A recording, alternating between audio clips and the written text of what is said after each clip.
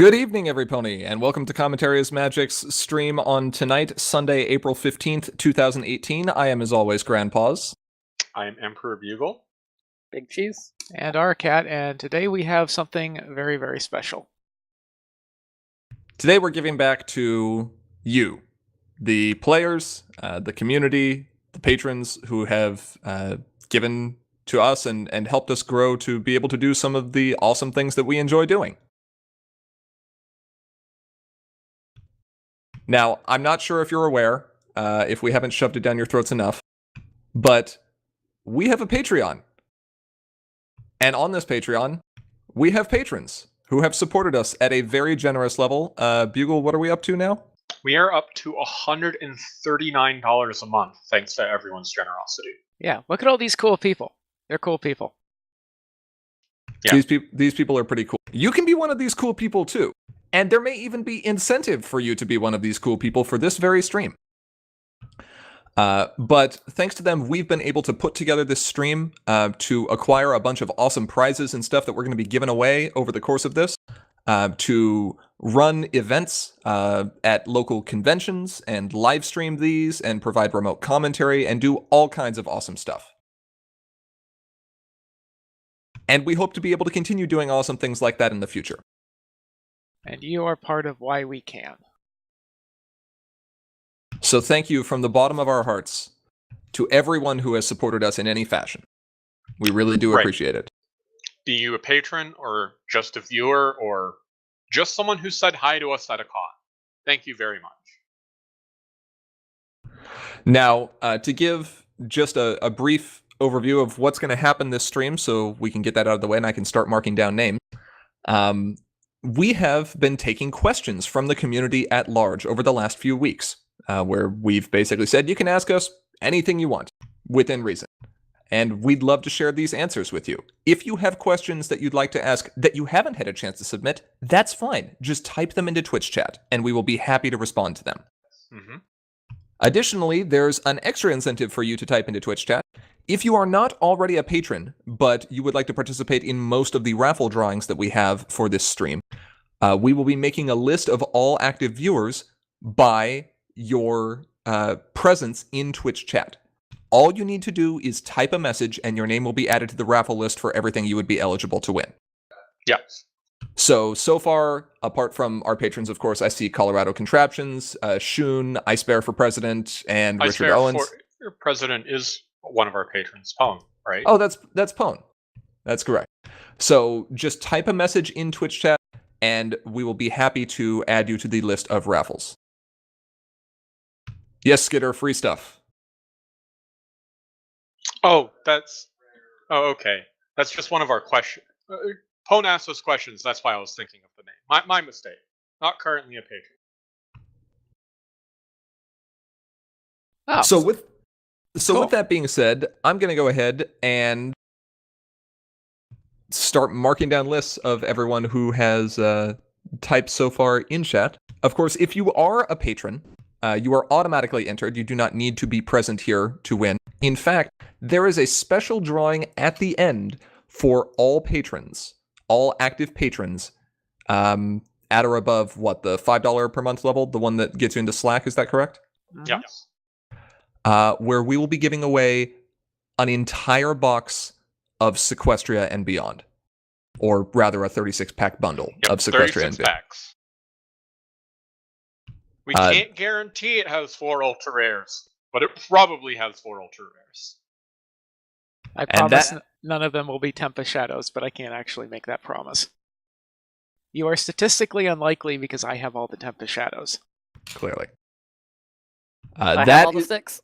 That is the one and only drawing that is a Patreon or a patron exclusive.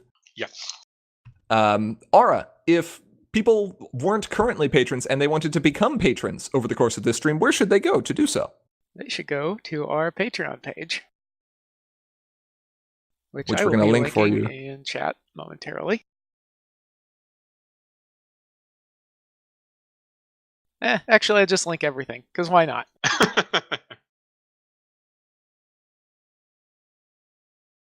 But the drawing at the end, I believe, will be done with the people who are currently Patreons at that time, so there is still time to sign up.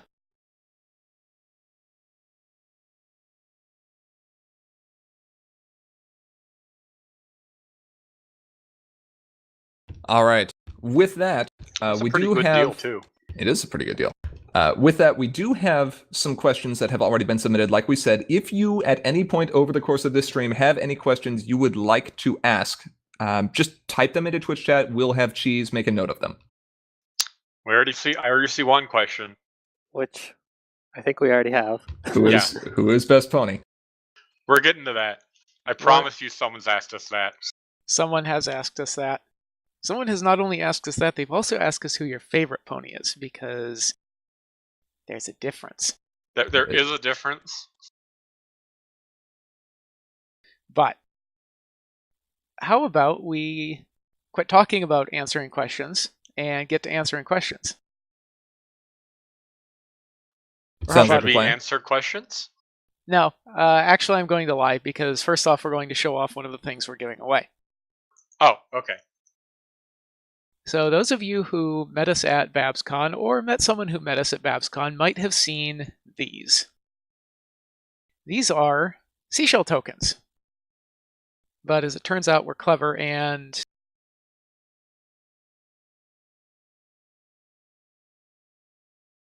if I could there are also business cards. Because if we're going to go to the print shop and be like, hey, we would like some seashell tokens, they were like, hey, how about we do this both sides? And we're like, yes.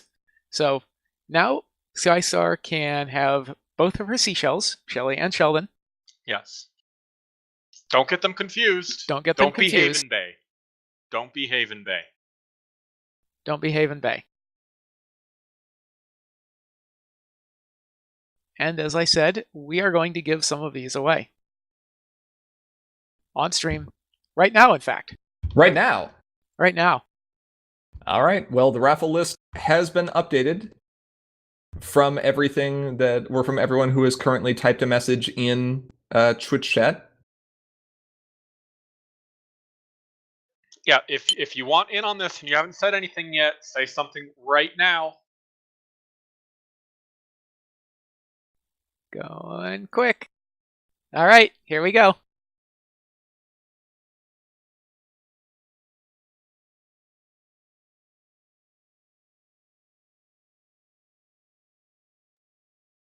That's 16. That's what, 4 rounds of Swiss? It's 4 rounds of Well, Swiss. I guess Come it's on. It's like 5 rounds. Yeah, it's 5 rounds of Swiss. Like Swiss yeah, it's plus 5 1. rounds of Swiss. Okay, so what we'll do is we've got random.org up here. We're going to generate a sequence, and we are going to take the top 1 person to get some seashell tokens. I think we're giving a pack away too with these, aren't we? Yeah, I believe we are. Yeah, pack of Sequestria. How about that? Maybe it has a stick. Maybe it has a seashell.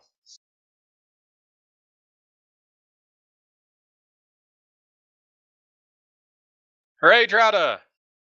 Yay, Drada Drada! is not here in chat today, but that's okay. That is 100% okay.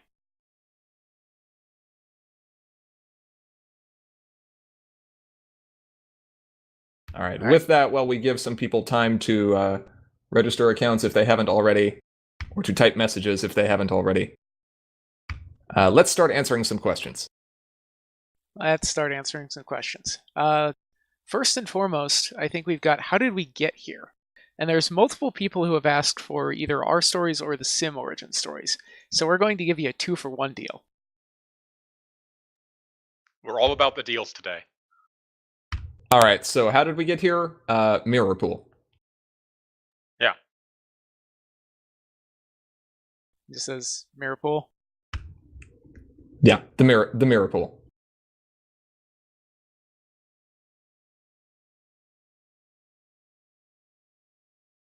Bugle, how'd you get here?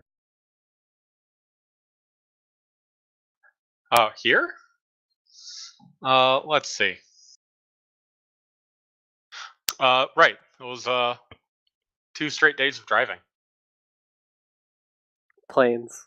So many I planes. was at Desert Bus Desert bus. No, Okay. because I know you're actually a pretty big fan of that, so I wasn't. I wasn't am, sure. but no, I got here 2 straight days of driving. And as per usual, I'm going to be the one person who takes this seriously, so I don't remember exactly why I got into the game, but I did, and then I decided I need to understand the rules because that's what I do. And then I started being the de facto judge, and then I got involved in Reddit, and then I went to cons and volunteered at some of them. And then I met people who were, doing cool things like Big Cheese. And then he was like, "Hey, I want to stream things." And I'm like, "Yeah, sounds cool. I want to help." Yeah, so my story is actually somewhat similar. I actually got introduced to the game at Babs, then started going to locals, and was like, hey, it's Everfree. I know nobody there, except for I had talked with Ara and Lunatic on IRC, but that's it. I was like, okay, I guess I'm going to Seattle. And then I think it was right after then that I started like, hey, we should stream this stuff. Yeah, because I don't remember if we streamed BronyCan 2014 or recorded part of it. I think we did. Because I brought equipment to Gen Con and BronyCon. Yeah, I think that was done. The first stream I remember was Babs, I guess 15. But- Yeah, That was the first stream. I had recorded everything previously. Right. that was the first time that we had the infrastructure to actually stream from the con floor. And also, in a way, served as the catalyst to get us started in all of this.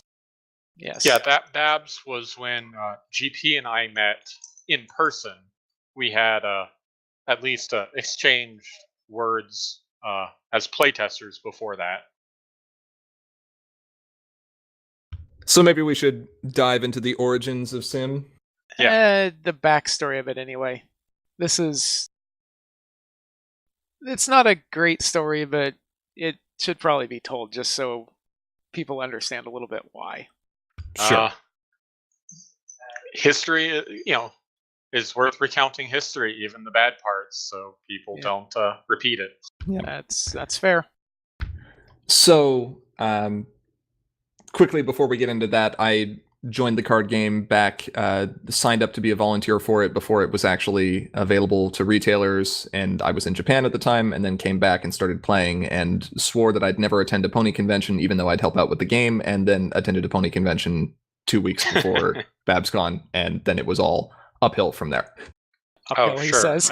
I guess if we're doing that, I got into the game because my friend, this was the friend I mentioned in the previous 2 streams ago, got into the game, and so I bought a box when he bought a box, and we shared about it, and then I found the Reddit and by extension the IRC by mistake, and then One Pace happened, and we'll get into that later. All right. So at BabsCon 2015, there were 2 individuals who had decided basically to take the video recording of the live streamed Harmony tournament. Well, not live streamed, just the recorded Harmony tournament. No, this was live streamed. It was live streamed. This was Yes. live. This Okay. all happened live. Yeah, so we are at the con floor, we are streaming, and these 2 individuals had tuned into the stream and were recasting it on their own with their own commentary. And a extremely large bottle of alcohol, which lowered a lot of their filters and unfortunately created a very negative experience for many of the players. There was a lot of personal attacks that were going on here. It was not constructive commentary. It definitely wasn't family friendly.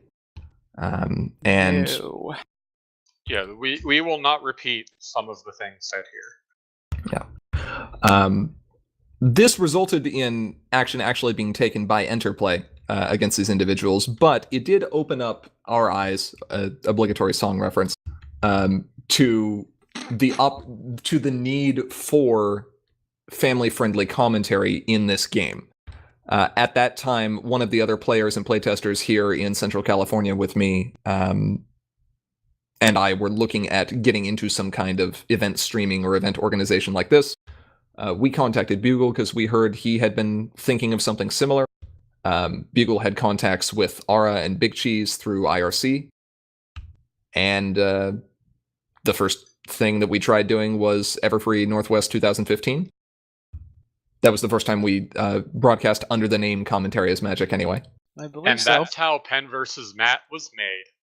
And that's how Pen vs. Matt was made. And since then, we've just continued. We've go ahead. obviously gotten better at a few things. Our equipment has improved and occasionally broken. The light that melted. Yes.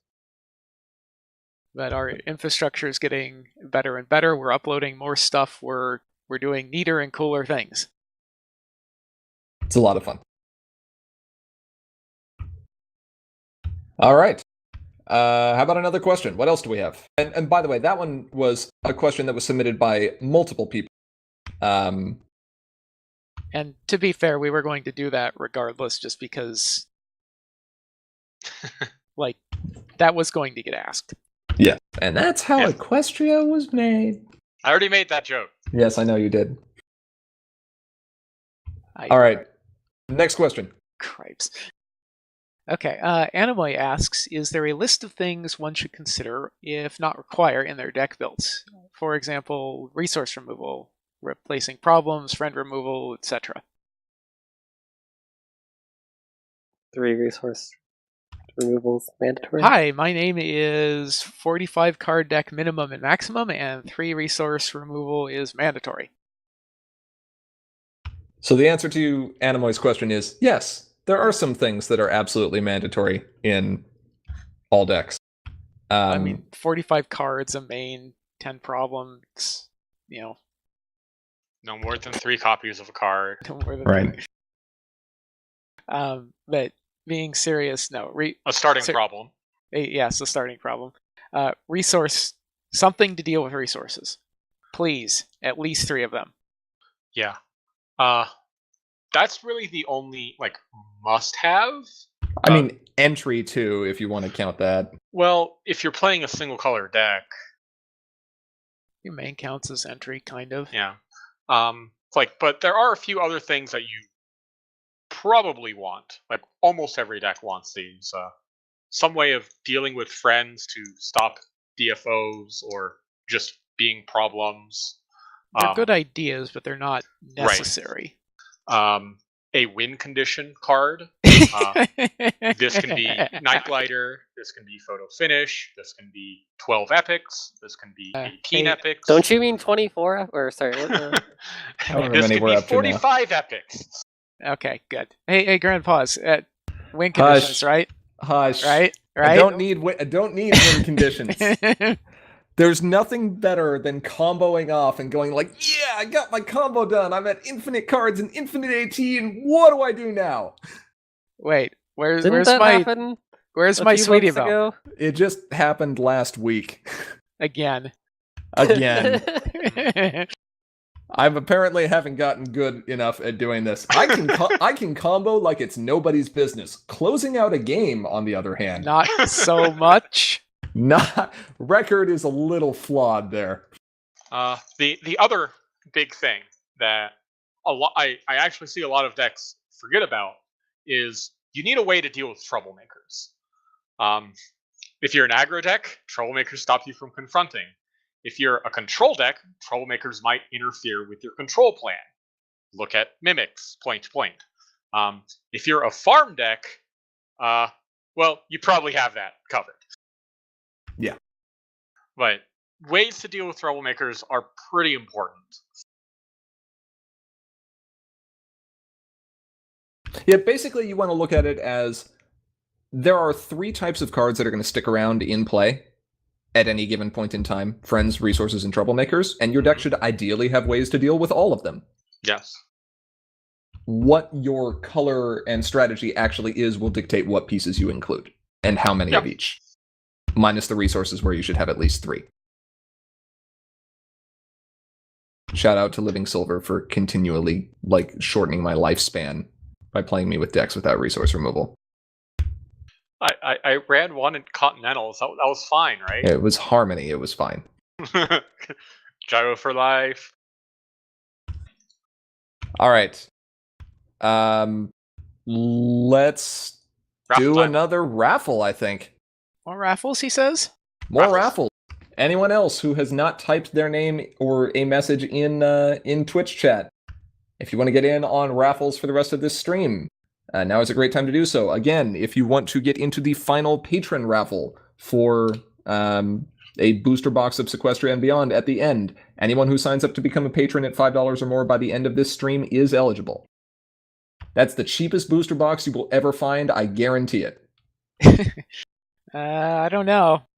I've seen some people have won boxes before. I've seen some Premiere on Amazon for like real Not cheap. $5. Really? 5 is pretty good. 5 is pretty good. Okay, that's fair. All right, Goto says he wants free stuff. All right, let's see who gets some free stuff here. Hey, look, it's this thing again.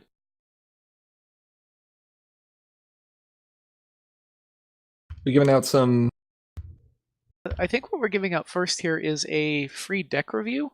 And so if this falls to someone who is already a patron, we will go down the list until we find someone who is not. There we go. Yeah, that's fine. Well, our $5 patrons that's only true. have one. So if That's they're true. a $5 patron, they'll get a second one. Before we go to this raffle, to answer Skitter's question earlier in the chat, that's correct. None of us started at the very beginning with Premiere pre-release. I started playing in Premiere before Canterlot Knights came out, but I did not participate at the Gen Con pre-release. Yeah, My first event was Canterlot Knights pre-release. Yeah, while I did buy a box basically ASAP, there was no local pre-release, so I did not go to a pre-release.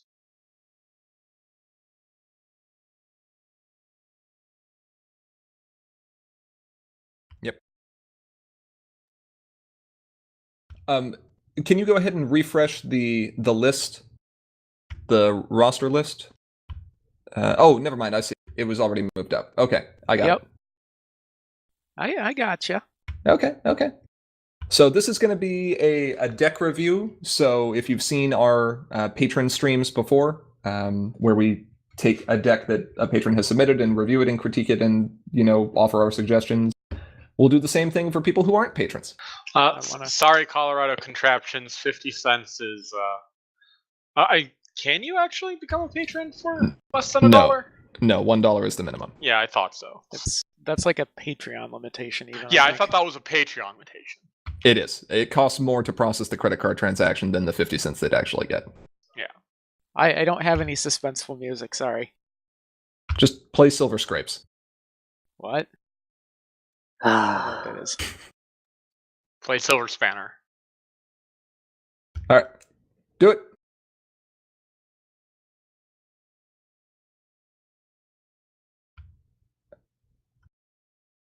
JD is a patron. Yeah, JD is a patron. So let's. Is that a 5? He's more than $5, I believe. Yes. 5. There is no 5 that's currently listed on this. Oh. Here. How did we skip 5?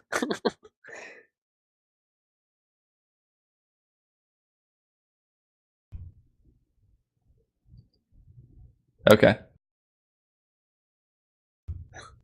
15. Richard. All right, Richard, you've got a free deck review. He's going to. No, I don't like the number 5. It's gonna be farm. Yeah, the purple orange farm deck. It's gonna be far. That's that NSYNC song, right? It's gonna be farm. Yes. It doesn't even. Yeah, that's correct. 5 odds. Okay, why don't we fix the next thing before we do the next raffle? The one that's supposed to be right now? The one that's supposed to be right now that I now have to Okay, frantically mash some buttons in a All right, text editor. as you fix that, we'll take the question. That's fine. Hithrock asks, "Who is best pony?" Fluttershy. Nah. What? Hold on. You can't do that because I have to be All right. paying attention for that. Sorry. Okay. Let me know when you're ready, Ara. Okay. More raffles, you say? Okay, more raffles. More raffles. We'll get to why Fluttershy is best pony in a moment.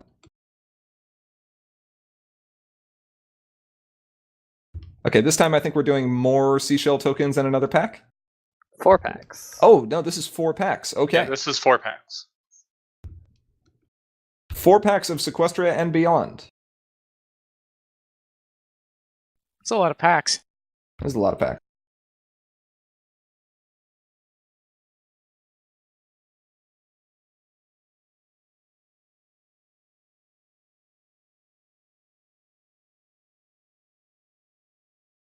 Hey, Blue Fairy, congratulations!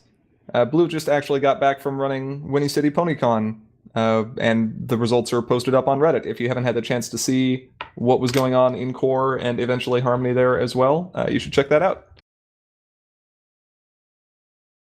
Neat. Congratulations, Blue.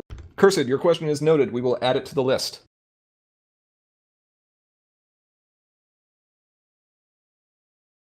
And also, that's a really easy one to answer.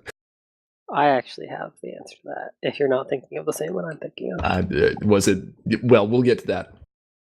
Is it our stream was restreamed by someone else and No. That would We're probably actually be Babs. answering that one now. That one would be easy. Yeah, that was Babs last year, right? Yeah, that was Babs last year, without a doubt. That just, everything was falling apart.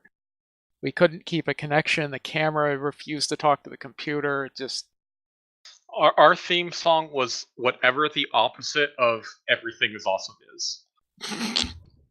that, yeah, basically. Everything was awful. Didn't we try to do a song edit on that at one point? Maybe. All right. Can we return to Hithrock's question of best pony? Yeah, I suppose so. Okay. It's still Fluttershy. It was Fluttershy when I answered that question 2 minutes ago. It's still Fluttershy now, 2 minutes later.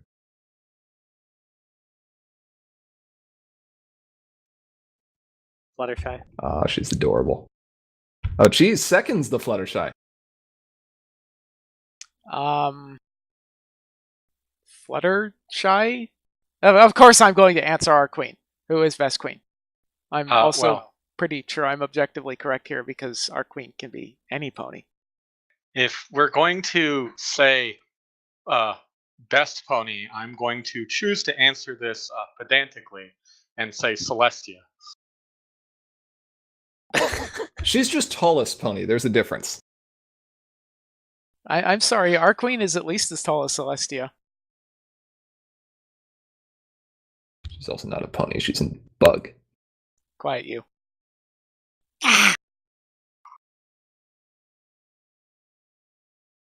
All right. Another question here from Hithrock. This one is directed specifically at Big Cheese. Big Cheese, what flavor of cheese are you? Or what is your favorite flavor of cheese? Swiss cheese. He's changeling cheese, which is the best kind of cheese. I appreciate Godot's Invader Sim reference here.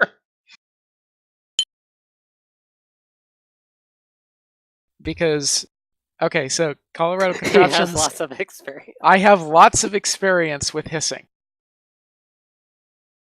We'll talk a little bit about that later. Most people lose their voice at conventions from, talking or yelling or stuff like that. Ara loses it through hissing.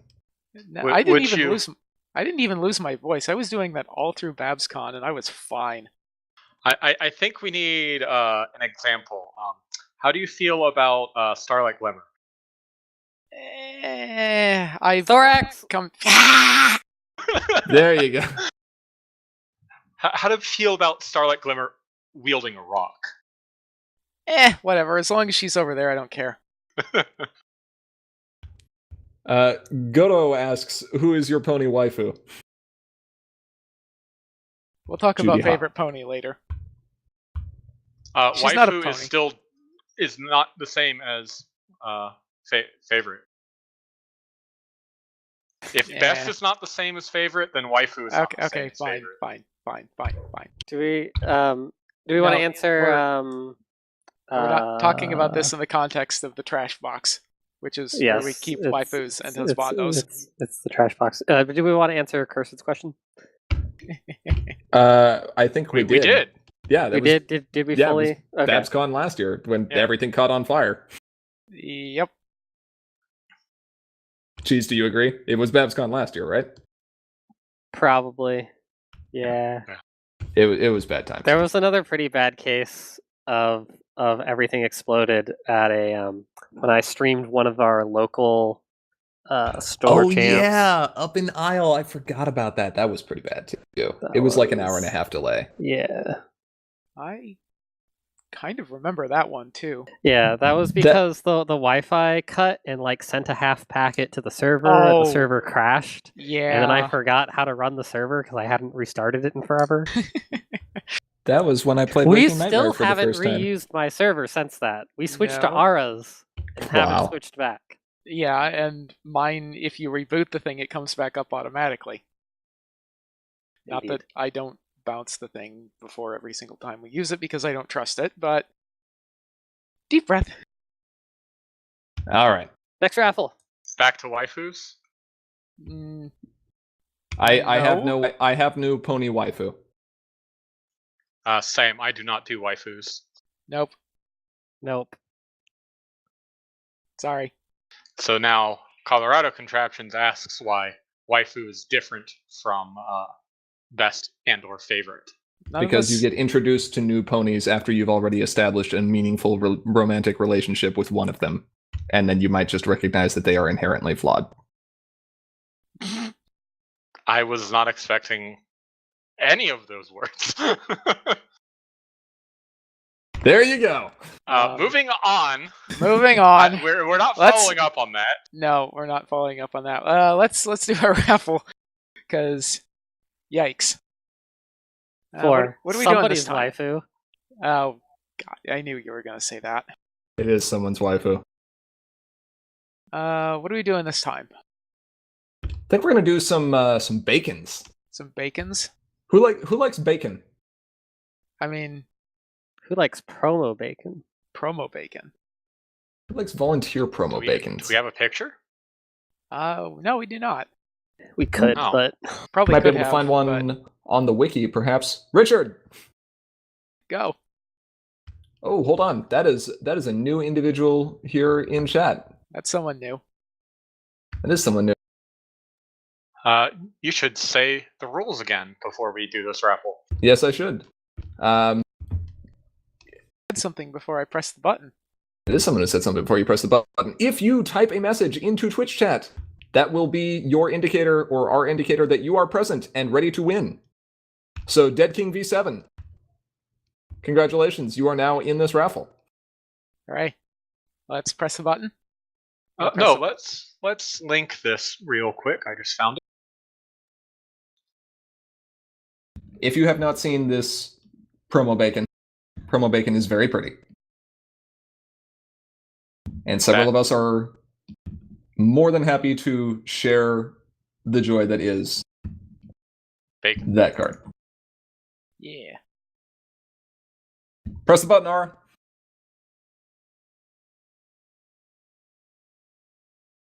13 is Skitter. Skitter. Does Skitter like bacon? That's not pink or white. Skitter. Does Skitter like bacon? I don't know. It's purple. Skitter likes purple. But you can't put it in a control deck with bad draws. I don't think I would care to state that Skitter could do that. Yes. That's a different deck at that point. He's got 53 cards to play with. It's fine. Yeah. It's K. It's K. let's go up Don't to worry about it. 54. Don't worry about it. Congratulations, Skitter. Congratulations. Okay. Here's another question that was asked by Hithrock, who was incredibly curious about a lot of these things. Also, we're very glad you were able to make it to the stream, Hithrock. Did we ever consider having a different live stream schedule, like streaming on different days or streaming at different times? And if so, what are the main advantages of the current one, or the reason we selected the current one? Yeah, the answer to this is kind of boring. No. This was the first time we discussed, and it's the time we went with, obviously. It was convenient for everyone involved. It met everyone's schedule, and people just tend to have more free time on weekends, especially evenings. So that's what we went with, Sunday evening. It also gives time on Saturday to prepare. Yeah. It's not like we didn't plan bits of this around logistics. It does have the issue of, not everyone watching is in our hemisphere, but unfortunately, we had to go with what works for us, not necessarily What works. Right, but apparently those people show up when all of a sudden there's free stuff to give away. Glare. I mean, hey, free stuff and free food. Are you telling me you wouldn't wake up early and or stay up exceptionally late for free stuff? Oh, I did not say that at all. I'm being completely hypocritical right now. I'm just throwing shade. That's all I'm doing. No. My sleep is precious. That's fair. We actually plan most of what we do around the stream schedule now. So we have here's something you may not know. We actually have weekly sim meetings, like boring business meetings. Pile into the boardroom and talk about boring stuff. Yawn. That's why they call it the boardroom. It is why they call it the boardroom. I think ours is called the Magic Arena, though. It is, because no one will ever go there. Willingly. Not by choice. So we do our meetings in between streams early enough to reflect on the ones from the previous week. We get our announcements out several days before the weekend so people can see them. And we set our stream on Sundays, so like you said, a lot of people are free on the weekends. It gives us a chance to prepare last minute, which we totally did not do for this stream and absolutely weren't scrambling in the last 15 minutes. We don't do actually that had anymore. most of this planned I mean, like we a did. week out. Yes, Twilight's over here triple checking her checklist. Also, I'm glad we do these between our streams and not during our streams. Yeah, that would be kind of awkward. Like, oh, excuse us, we need to go have a meeting. Like, what? Please, Business numbers. Is this working? no. Apparently so. We're having a Patreon bonus stream. Fair enough. All right. Adam Holt asks, it seems that LCGs, living card games, are becoming a popular thing. Being able to give boxed sets of max cards without having to buy boxes upon boxes looking for certain rares. How would we feel if the game went from a collectible card game to a living card game, and do we think the living card game model would help the MLP-CCG franchise better? I'm going to toss this one. Bugle, I think you're taking head on this one? I think Taking so, the lead? yeah. So you use the term LCG, which for those unfamiliar stands for living card game. But the term living card game is actually trademarked by Fantasy Flight Games. So pony cards couldn't actually be an LCG in name, but they could, adopt a similar structure, or Interplay could. Assuming they did, however, it'd probably be less profitable, as they would have to increase the cost of product to overcome the fact that they'd be selling less total product, and limited would be harder to manage. And LCGs also tend to thrive on frequent smaller releases, and Interplay hasn't been so great on that lately. I mean, balancing games is kind of hard. Yeah. Especially when you have idiots like us trying to break it all the time. Yeah. Basically, Interplay is too small to really be able to pull that off, I would think. Right. LCG requires mass market distribution and significant presence in local game stores, which the CCG has kind of moved away from. It still is active, but the scene has just shifted.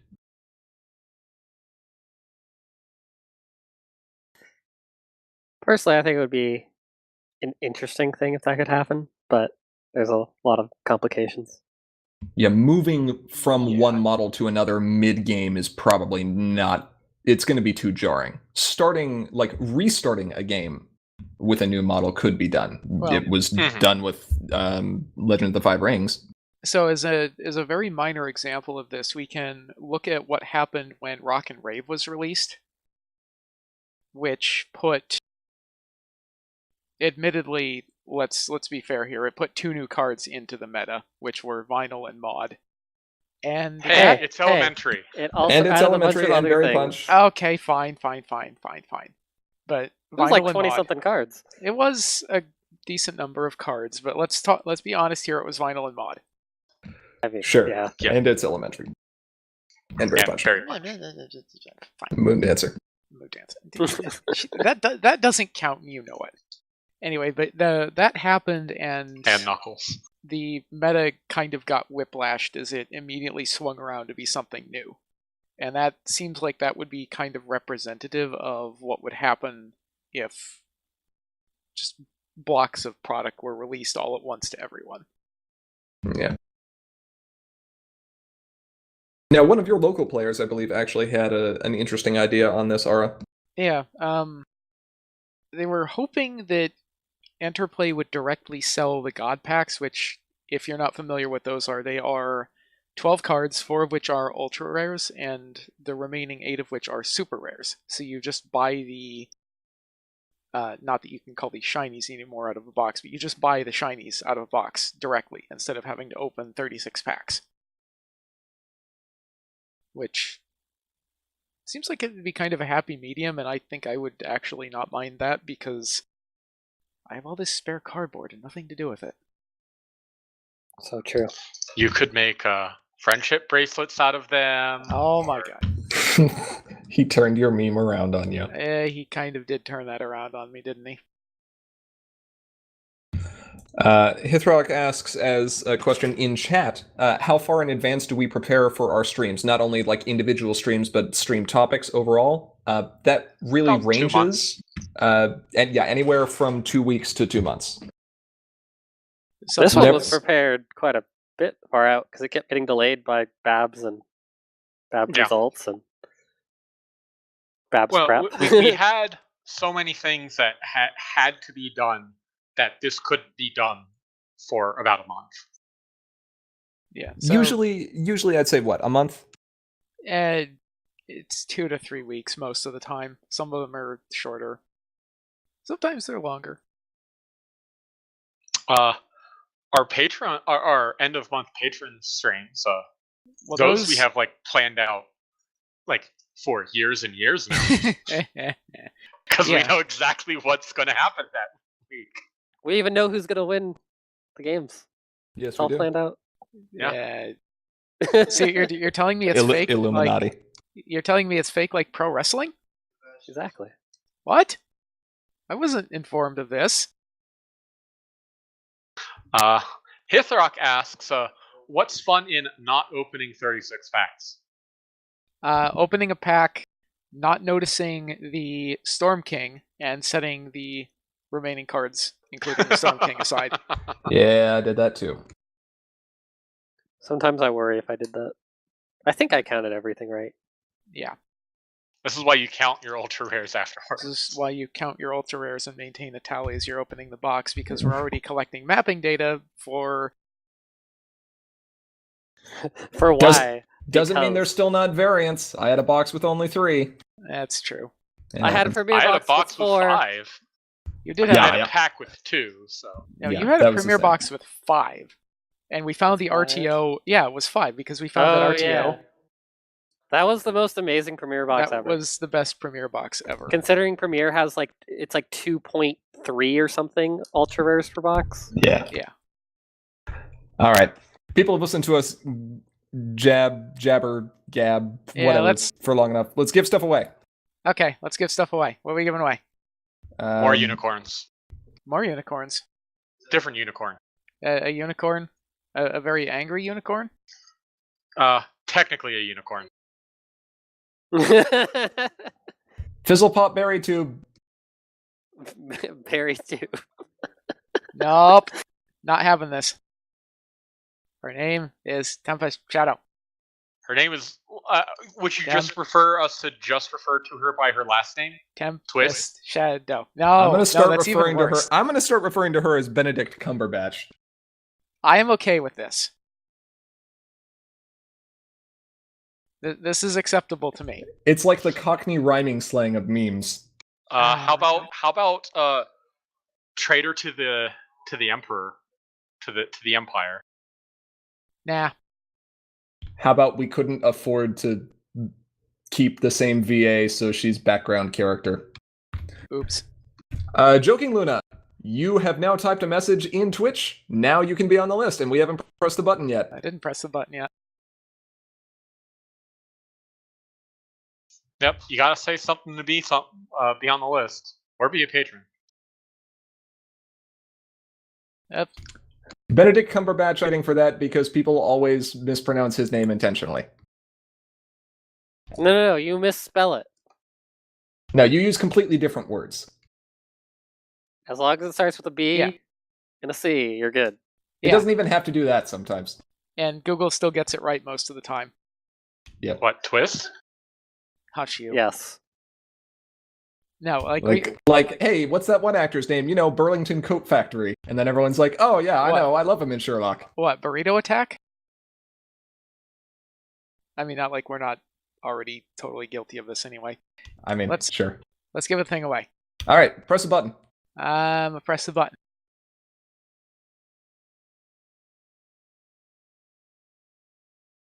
Hithrock, you're getting a Tempest Shadow, sir.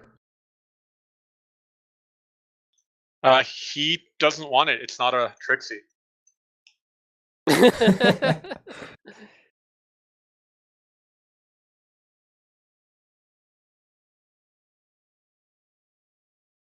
I opened He what? got his Trixie. He's fine. No, he did get his Trixie. That's fair. That's true. Can we just like glue a blue hat to it and It's still legal. It's fine.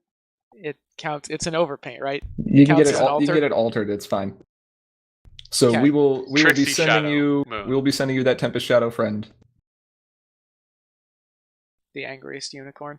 the angriest unicorn. this is just the normal ultra rare, not the royal rare, right?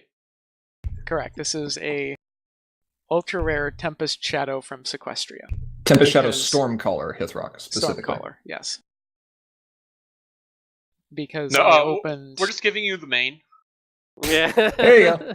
I mean, I mean, I might as well just throw a couple of mains in there because why not?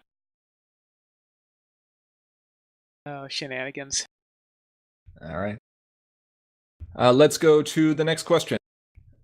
Blue Fairy asks, what's one of the most creative card synergies we've seen that Sim members did not come up with? Okay. Well, I haven't seen it optimized yet outside of Sim discussion. Another player did find the clever interaction between hoity-toity discerning eye and any unique friends or resources, which is made even better with the addition of Trenderhoof Trailblazer, who makes everything unique anyway. Since uniqueness violations are resolved by all but one of the cards being dismissed by the game, and things done by the game can't be prevented or replaced, the friend or resource in question isn't actually banished, it goes to the discard pile. This lets someone effectively cycle between two copies of the same friend or resource from their discard pile and in play as often as they have AT. In the case of Breezies, this means infinite when a friend enters play triggers for 0 AT. In case you're wondering, this is why we can't have nice things. What? Because we go infinite with them? Yes. For the record, this also works with What's Old is New Again. For the record, I may be playing this in Harmony at Everfree. For the record, you're a terrible person. I am well aware of this. Just don't play it in Pauper. I can't. Judge! That poor kid. Yeah, that So- was... Yeah. So that's my favorite interaction I've seen that we did not initially discover. Bugle? A little deck called Spookum Makookum, which you may remember us talking about. This was the Applejack Blue aggro deck that made top 4 at Gen Con 2017. People weren't using Applejack as an aggro main at the time. People certainly weren't playing Applejack Blue. Like, just everything about that deck clicked very, very well, and it performed very, very well. And I was impressed by it, and I think a lot of people were. Yeah, an aggro deck that competes in that field was pretty impressive. It said, "I see your hot wings. I'm raising the ante."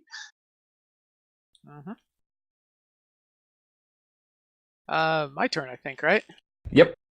So I'm currently enjoying the Seleno Cerberus Tempest Captain Was interaction that Selko debuted at BabsCon this year. It's a really neat little combo that just ends up meshing very well with a blue aggro deck. You can sit there and score points without playing a single friend, or if you believe it's safe to play friends, then you get to just drop Night Gliders and Thunder Lanes and go really fast. Before that, however, I feel I'm obligated to bring this up. Before the card got errata to fix this, it was the Lyra Handy Fluttertone interaction that Skitter came up with. My locals get very bored, and they derive enjoyment from making me sigh and pull out the rules. As if you don't do the same with Adam.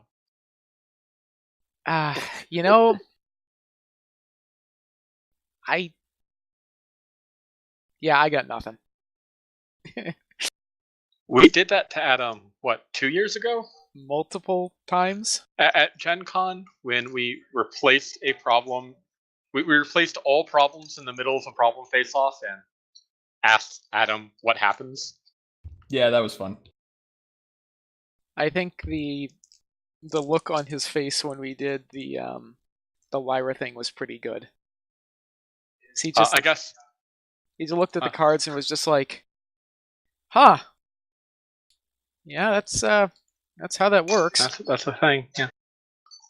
Another good Adam moment was actually in Tantabuse when we pointed out that the person who starts the face-off gets priority, even if we started it on the opponent's turn when they would normally have priority. That was a Viking that pointed that out. That was Nico. Sorry, it was Nico, not Viking. Okay, he wasn't there. But yes, Nico. That was great because he just kind of looked at that and went, "Well, this is stupid." But I think we covered that in the primer, if you're interested. Yes. Cheese, what's your favorite non-sim interaction? I know. Hey, so count and base pile for me. 2, 6, 10, 14, win? 15. No, you actually do go directly to... Not anymore. You don't. No, you Anymore, don't. you don't. Oh, yeah, because they did change it to the individual. But yeah, so this was actually pre-sim. This was, I think the first time we saw this was at Babs 2015. No, it was well before that. Really? There were cons in East Coast that was debuted. I don't remember which con, but it was on the East Coast. PonyCon NYC? Maybe. No, it wasn't NYC. It was one after that. All right. But so the first time I actually remember seeing it was Babs, because I think when CG came out, we were like, okay, time to find the combos, and hey, look, it's whatever that card's called, Magical Mailbox. Oh look, we found the combo. I guess we're done. And I think we looked at like, okay, we looked at the pile and we're like, oh, I guess you could technically use this card, but it's kind of like, that's not going to work. Yeah. And so someone was like, okay, let's take the Penny Hooves engine to get the AT, combine it with Shuffle, and a few other things to actually make a pretty good deck. It just wasn't as broken as the broken deck at the time. Right. Yeah. You needed to wait until you could get 6 penny lanes in your deck. And or then 9 penny lanes. Nine And then- penny lanes in your deck. Yes. Penny lanes. when CN came out, I played 3 penny lanes. Oh my Every god! Don't Turn you to dare. help gain my AT. So remember what I said about my locals getting bored? Yeah, we get bored. And now in HM, I run 9 penny lanes.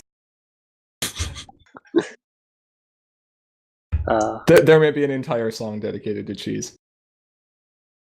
Yes. No one. It may be a parody of Gaston from Beauty and the Beast. Neither confirm nor deny. Let's see. We've got another question from Blue Fairy. Do we have any rituals, superstitions, or the like that we engage in before a major tournament? Cheese. Shuffle. All the things. That's probably a good idea. Last minute deck changes at combo o'clock are basically mandatory for me now before a major tournament. BabsCon actually escalated that to a full deck swap this year. 20 minutes before the tournament, I built something I had never played before, built entirely on theory. Cool story. And Yeah. that's actually what happened, though. Because you're nuts. Because I am insane. Yes. Bugle? Yeah, I don't really have anything unless you count shuffling decks and drawing starting hands, but I do that all the time, even when not at tournaments. Like, I'll do this before going to work if I've recently built a deck. Like, so, not really. Ara? Let's see. Does setting the camera equipment up and trying to play Tetris with jamming plushes and cards into my luggage count? Yes. Do you sing the Tetris theme? No. No, I do not. I don't have spare mental capacity to sing the Tetris theme while I'm trying to figure out how to jam all this stuff. I don't do... Because you don't bring checked luggage. Correct. I don't do checked luggage. Checked luggage is terrible. I tried not to have one because I generally plan well enough, so maybe that counts. I'm going to say that counts. Cursed, we see your question. We'll get to it here in a bit.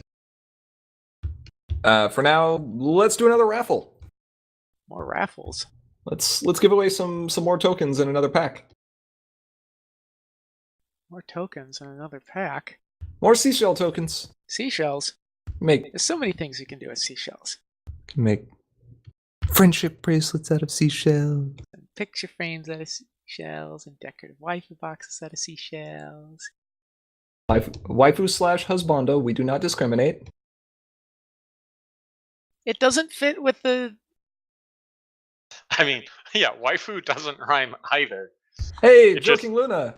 needs Perfect meter. timing, sir. Congratulations. Well done. See, this is why you should type things in Twitch chat. You get waifu shines. box building material. Waifu box building material.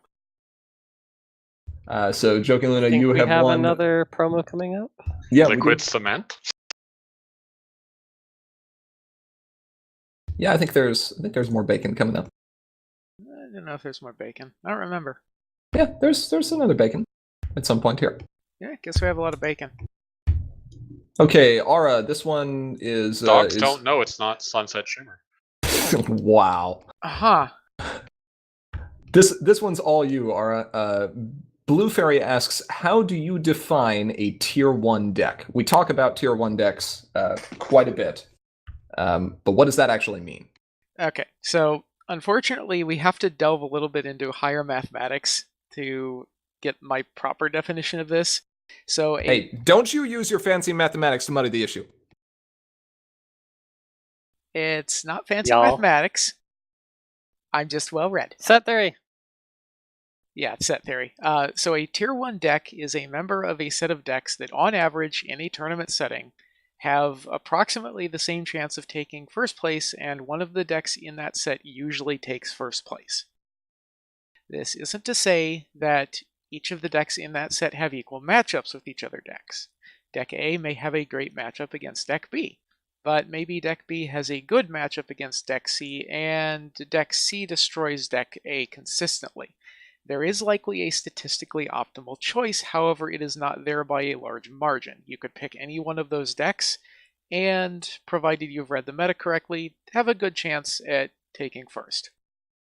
Or at least an equal chance.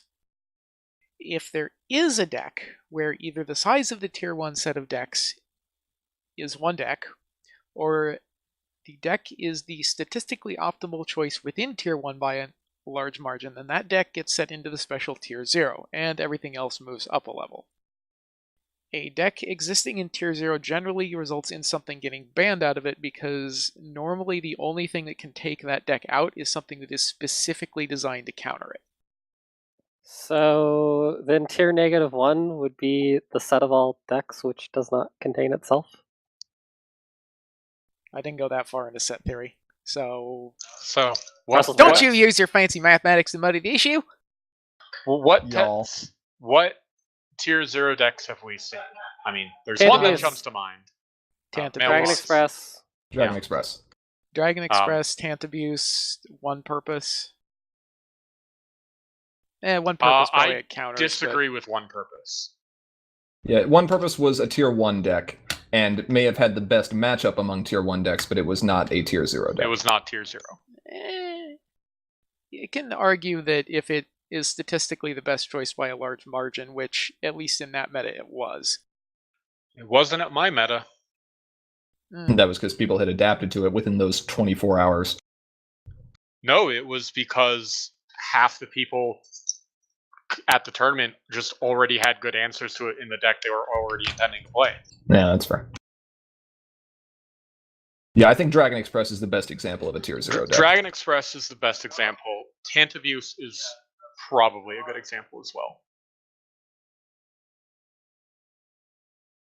I don't know about Tantabuse. It certainly had a good matchup against basically everything else. Yeah, that's true. Top 4 or I guess the top Yeah. 2 Yeah, of the top 4. I guess I'll give it. Yeah, in the meta that it was present in, it was tier 0.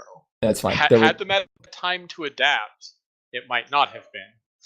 That's fair. So that's why these things are dynamic.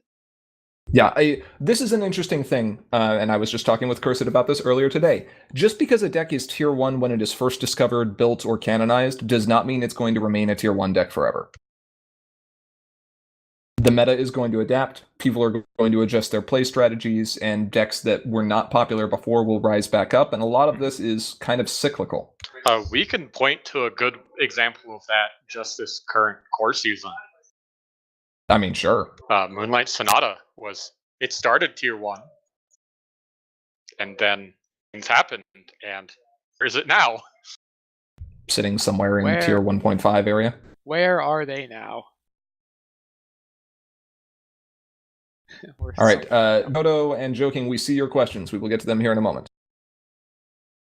And Cursed's question. Yeah, Cursed's we're going to answer right now. Okay. Yeah, Cursed's is now, because we're doing questions from chat. Huzzah! Huzzah! So for each of us, what card have we been most convinced that could totally be made to work, but after a long time of trying, we grudgingly had to admit that it actually wasn't that good? I have a good answer to this. Go ahead. When we were trying to build some version of One Pace, I was convinced that Full Free Press needed to be added to it. Yeah, Everfree 2015. Yeah.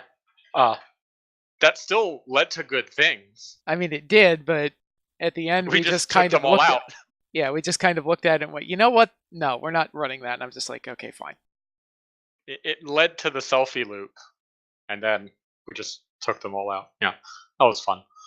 Oh boy, there are too many cards. Poppy. Exact duplicate. No, Novo, actually. Novo was another good one. Like, Oh, there you go, yeah.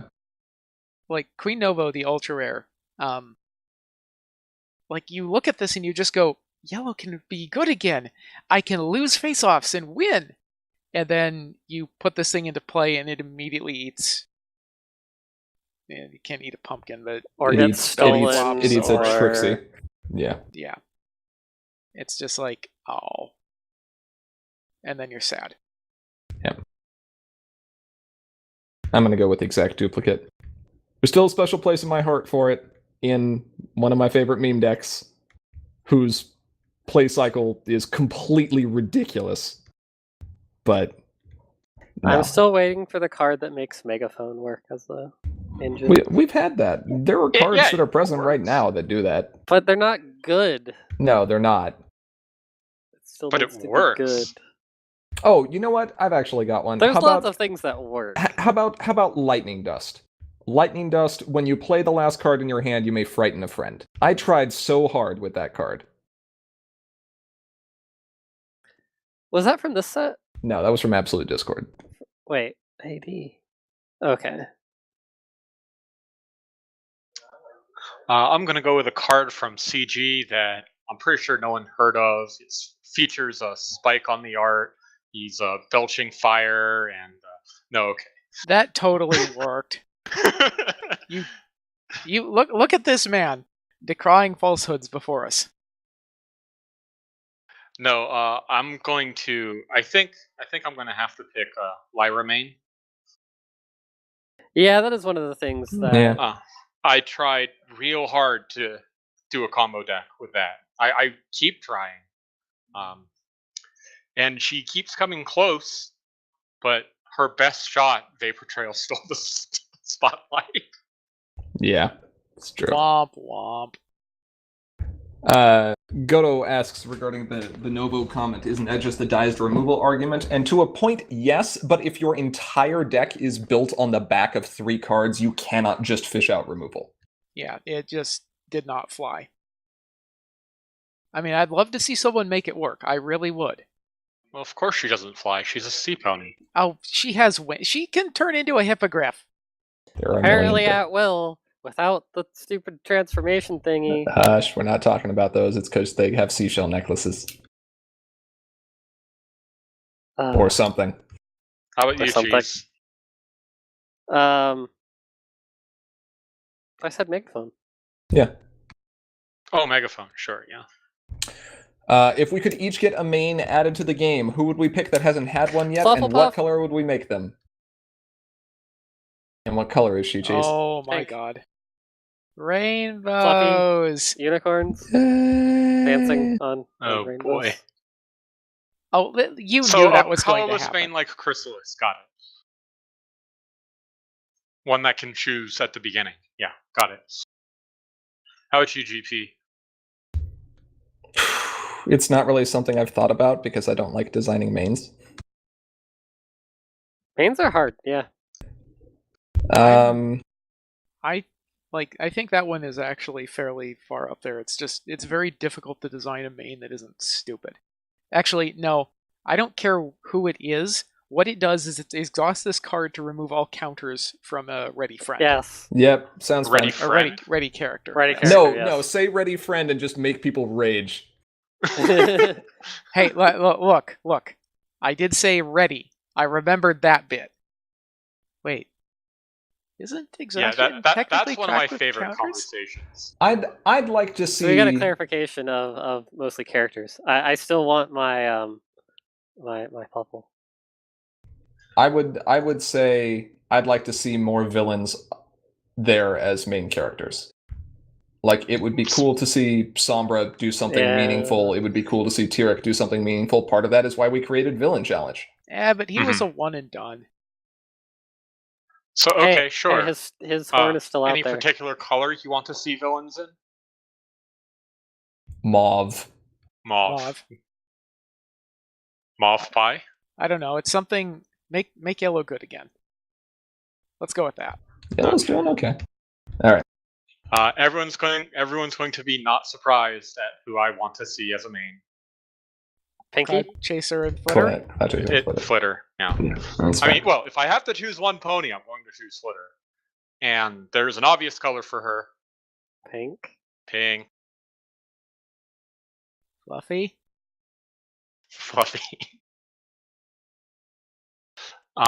Though I would settle for a Cloud Chaser in a bow. She might not settle for this. No, she wouldn't. She would rage quit everything. Yes, she would. She's still doesn't talk about that flavor text on that one card. No, she doesn't. She's angry about this. So this next question is interesting. So when someone does something that's infinite, are you justified in insisting that they should do each thing manually instead of short-circuiting? Under the current version of the comprehensive rules, no. Well, yes, you can choose. Well, so it depends on which thing it is. If you have choices during it, you can choose to say one loop. However, I would argue that by doing so, you are not progressing, and if you don't actually do anything, you are not progressing game state, thus violating the rules about slow play. Tricky. And it becomes up to the judge at that point if it's actually slow play. That's fair. Now, if the loop exists independent of one or more players, then it just goes. Right. So spike number. Yeah. Right. The game has built-in support for that. Basically, if you can show that there is a loop that will be taking place and your opponent has no meaningful actions that they are going to take, then you choose a number and the loop repeats that many times. You just have to demonstrate it first. Mm-hmm. And so about time limits here. The reason that time limits exist is only out of practicality. We can't have tournaments that run forever. They're not there to punish people who have decks that take time. Right. It is also worth noting that if part of your loop involves something random, such as flipping a card or shuffling your deck, it is not considered a loop. Right. Any randomization that takes place where you cannot perform the same action guaranteed again and again and again cannot be looped. With very few exceptions. And it's really up to the head judge ruling. Yeah. Well, we even, like, if it has randomization, even though you can do it again and again, like the selfie loop was randomized. We were told we could not. Yeah, I even though we understand. had a but remember proof. that ruling was then later recanted for a different deck. So that's why I say. Okay. Yeah, remember. I forgot about that. Remember Mission Impossible? Sure. And draw the entire thing with hooves? Or something. I can't remember what it was. It was dumb, whatever it was. All right. Is that all our chat questions for now? Oh no, we have. No! Heavens, no. We might want to come back. Yeah, we have other bits in here to insert them. Okay, sure. Let's take another submitted one here. A previously submitted one, you mean? Yeah. Yes. Blue Fairy asked, how do you define a just for fun deck? The short, sweet answer is if you're not willing to remove a card or interaction in order to improve your win rate. Hats. I'll let Ara go into a bit big more depth on this. Wall of text here. Hats. Okay, hats. So many hats. There's Bugle's answer. It's very quick. Hats. So when the deck is optimized for pursuing something other than one of the primary goals of 1. Confronting as many problems as possible, 2. Punching troublemakers and winning, or 3. Making it difficult for the opponent to do either of the previous two things. As an example, I play Mosh Pit because it has one stupid interaction and a dumb gimmick that's necessary to power it. It's not a great aggro deck. It's got inefficient movement and no good way to deal with troublemakers. It's not a great control deck, though it does have a lot of removal. And it's an outright terrible farming deck with that north of 50% chance to flip under a 2 and no epics of its own. You may have noted I haven't said anything about combo, and that's because a lot of the Just for Fun decks are combo decks, in my opinion. They just aren't looking to win as a primary goal of the interaction. Like scoring points off of C Poppy. Yeah, like there was Poppy. a fun deck, I would call it. Back when you got first, well, you can still do it now, but before the rule about first confront changed, bonus point thing, the fire when ready plus RTOs plus not silver, spring Spring forward? Spring No, step. Spring step. spring step. Yeah, that was spring fun. step. Was I think at Everfree 2016, it was either 2015 or 2016. I think it was 2016. We had someone playing that, and I think they got it to go off once during the entire tournament, but they were super happy when it went off. And like they knew that the deck did not have a super high win rate, but that it did have this really interesting interaction that they wanted to see if they could pull off. And it fired during the tournament and won them the game because it was just like, I'm going to go ahead and score 15 points. And we cheered for them. How many RTOs were there? I think they had the 3 or All 2 three. or 3. Yeah. I think you only needed 2 at that time because you got first confront plus the 2 Yeah. pulling back. Yeah, so they probably just had 2. That's still pretty impressive. And Still one of pretty my locals used to play that actually.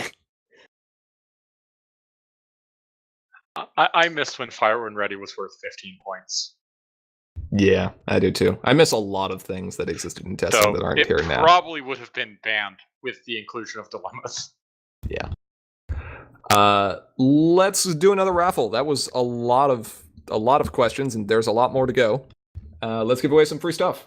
Bacon! Give away some free stuff. More bacon. As a reminder, if you want in on our raffles, say something in chat. If you are a patron, you are already included. And any patron, including patrons who sign up during this stream, will be entered into a free Sequestria and Beyond box at the end of the stream. That's any $5 or above patron. Excuse me. Yes. So that's $5 for a box. That's a good deal.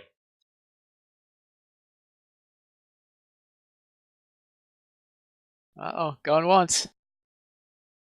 Going twice. No one's speaking up. I'm gonna press the button. Press the button. I'm gonna press the button. Actually, I'm going to fix this number, then I'm gonna press the button. Yeah, it helps if I fix the number first before I press the button. Yes, it does. I press the button. Carl gets a bacon. Hey! Cursa gets Cursin. bacon? It's not Canadian bacon. Yeah. Well, it is now. Yeah.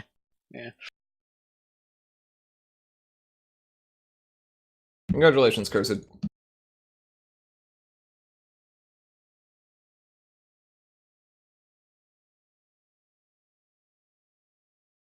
Cursa gets a bacon. Yeah! Alright. Returning to questions from chat. I think I want to reorganize some of these to put all the combo discussion back together. Sure. You want to do that first? We can start with the first one. Okay. Colorado Contraptions asks for someone who has seen combos go off but still can't get how or why, or someone would want to build one but can't figure out where to begin. What do we recommend doing? This is something we've discussed before on streams, not in great detail, but basically the key thing to do is a lot of combos use very similar pieces. Showdowns, Princess Luna's Setting Moon, Burst of Speed. Well, not necessarily Burst of Speed, but Juggling Routine. There are cards that are just combo enablers, and the best thing to do is to keep a mental or written list of these, become aware of what interactions do what, and then just review each new set as it comes out and look for cards that could substitute in to these existing interactions and see if one of them can work better. The key thing that you're looking to do is find ways that you can either draw a bunch of cards or find ways that you can gain a bunch of action tokens. If you can do any of these one turns things, into the other. right, exactly. If you can do either of these things, chances are you can combo. And when we're talking about comboing here, we're talking specifically one-turn kill combos. Or things that lead to it, like Pack basically is one turn. Sure. If you don't know what cards currently have these interactions or can have these interactions, a great thing that you can do is use a site like the MLP Royal Archive and just search for cards that have draw or gain and then don't have control listed in there. I do that all the time. Yeah, Roll I'm pretty Archive sure you is can fun search for AT. It gets everything with at. I think you can search for action token. That will find the symbol. Nope. What? Yeah. Could've Let's fix sworn. these things. Where's Yoshi? Oh, whatever. Actually, that's Ara's. Yeah, that's all. Ara, go fix your stuff. No, it works perfectly. Anyone else have anything to add to that? What you actually need to be searching for is number AT, with no Ah. space in between it. Ah, okay.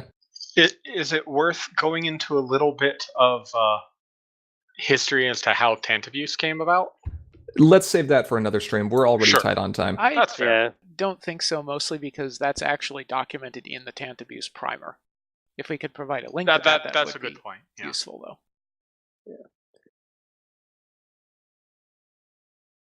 So on to the next.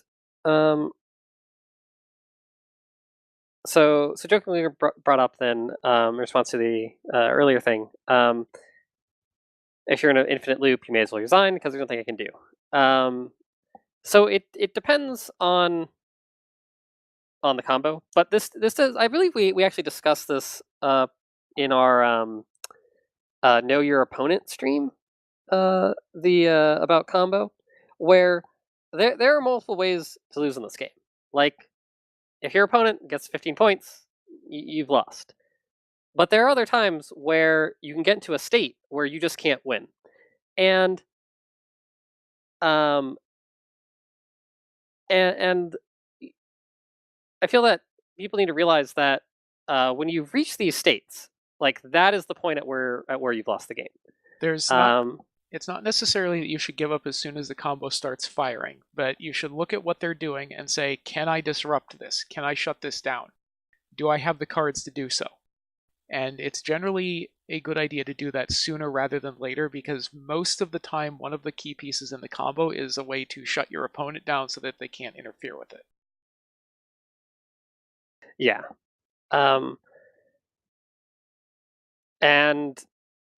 So sometimes there is just no option, but that's not always true. And a lot of decks have options, especially now with how many immediate cards we have. Playing combo now is actually quite hard. Even aggro decks have answers, like Rutherford. He can totally destroy things. Any immediate removal, immediate frighten. Yeah, Rutherford even gets through the vote, which is the primary way of stopping people from stopping your combo. Yep. There's a lot of stuff that can be done now. Now, Pinky and Skystar. it can be fun if you're not sure where it's going. Just because your opponent has infinite cards or infinite AT doesn't necessarily mean that you're going to lose on the spot, although it's pretty likely. But you may want to wait to kind of see what happens after they move past their loop and into whatever else they're going to be doing, just to see where it leads you and if you have further opportunities to disrupt them. Because sometimes you can. Also, there are some loops that can fizzle. Yep. We haven't seen them recently, but they definitely did exist, and people have been rewarded for waiting for people to see if they would fizzle or not before conceding. I wouldn't call those loops necessarily, but yes, there are lines of play. I mean, I'm explicitly thinking one pace, which is very loopy. It's loopy, but Yeah, it's a 'cause loop you by might have- definition. You might have out a pile, and then someone might gyro for the answer to that pile, and then No one brews like big cheese, no one roos like big cheese, no one gyros for card draw and lose like big cheese.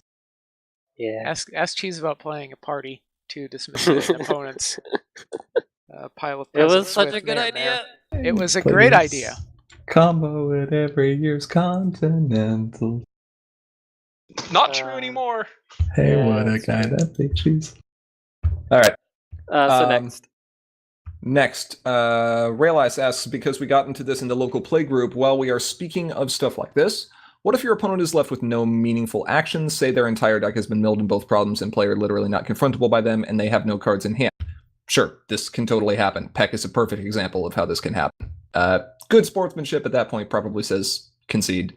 Unless you are in a high-stakes tournament and you have a severe or incredible board advantage and point advantage, and you're almost at time and round, at which point take your turn in a meaningful fashion.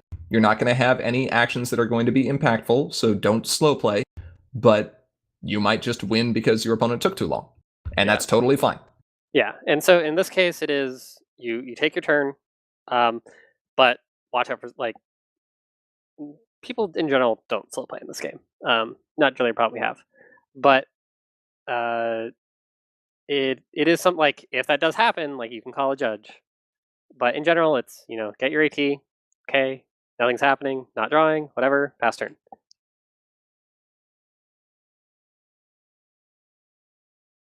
All right. Next question. What if I have one card in the deck and the random part is flipping? Is it still considered random or not? The answer to that question, in my opinion, would be, is your opponent still flipping cards? Because that is still random. Mm-hmm. If both of you are left with no randomization between flips, for example, you each have no or one card in deck, or one of you has one and the other one has 0, I'm going to go with that's not random. I don't know if we have an official... one of you's not flipping, or both of you. Right. I don't know if we have an official thing on that, but yeah, I would, as a judge, I would be like, there's no randomness here. Ice Bear for President asks, how would we recommend a new player get involved in the MLP CCG community, especially if there are no other local players? First off, welcome. You're not alone.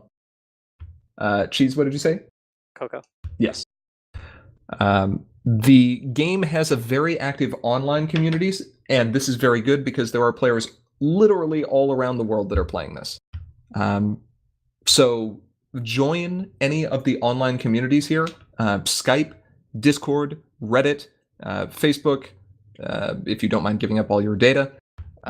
There's all kinds of ways that you can connect with people. If you're looking to get involved in playing in tournaments, Sim, Commentary is Magic, us, runs a free online tournament basically every 3 to 4 weeks called Core Constructed. We're going to launch one of those real soon, aren't we? We are going to launch one of those real soon. We're going to delay the start of it a little bit because there were some people at Winnie City PonyCon. So if you haven't had the chance to submit your deck list yet, you can still do so. We'll get you a link in chat.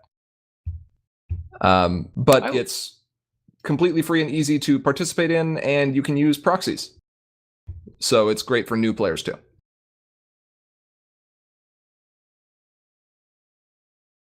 You can also see if you have a local brony group that meets up. Like meetup.com, I guess is their website. You can check to see if you have a local group. Look around on Facebook if you have a local con. One of the other good ways to do this is to look at the pre-release maps. Yes.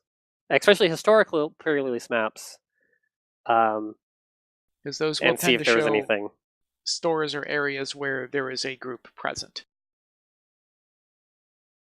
Obviously, the more recent ones are going to be more useful.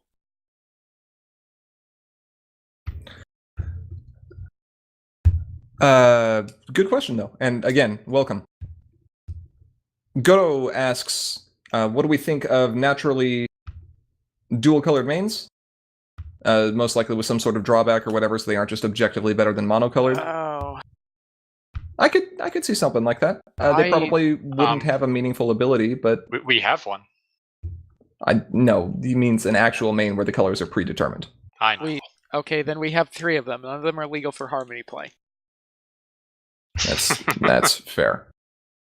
Actually, I should say we have 2. But... I actually don't like this just because Trading Traditions is such a key card in the meta right now, and it enables so much stupid crap. I do feel that this is quite dangerous. Like, you'd have to have a pretty very big downside. Severe disadvantage to make it worth it, yes. 2-power main. Even that is, I don't think, enough. Yeah. I'd be okay seeing this after Trading Traditions rotates out. Yeah, because you're locking the person into into 2 colors specifically. I'm okay with this. That's fair, but on the other side, that It- means you're going to have to print 15 mains. I mean, whatever.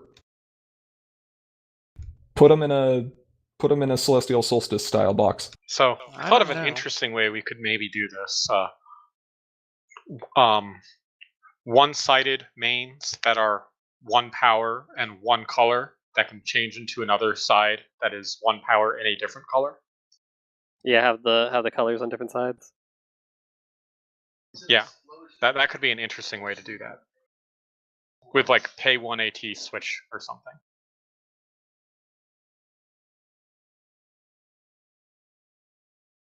Yeah, interesting idea though.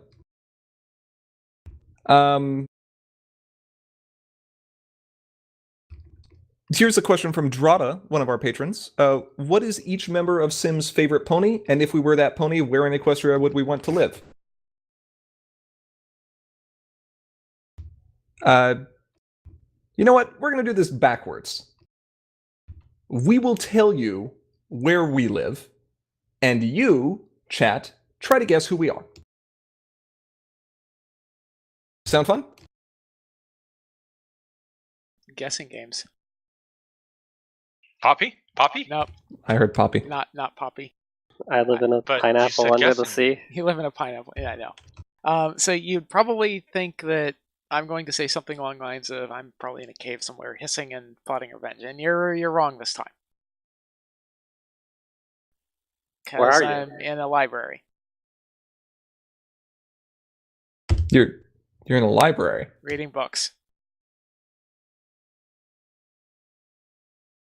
My books.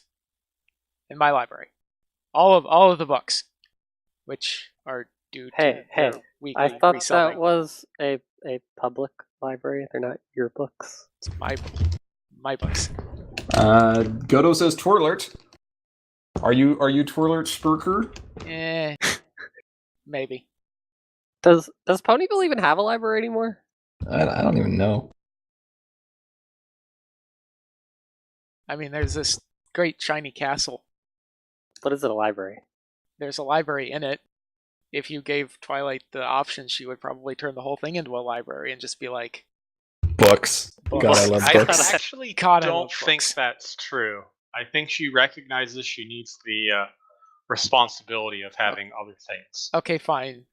There's You mean a there's been room. character development and she's grown as a pony? Yes. What? Yes. I liked it better when she was a gigantic dork. She's still a gigantic dork. It's fine. No. She is a dork who is gigantic, not a gigantic dork. Because she is actually slightly bigger.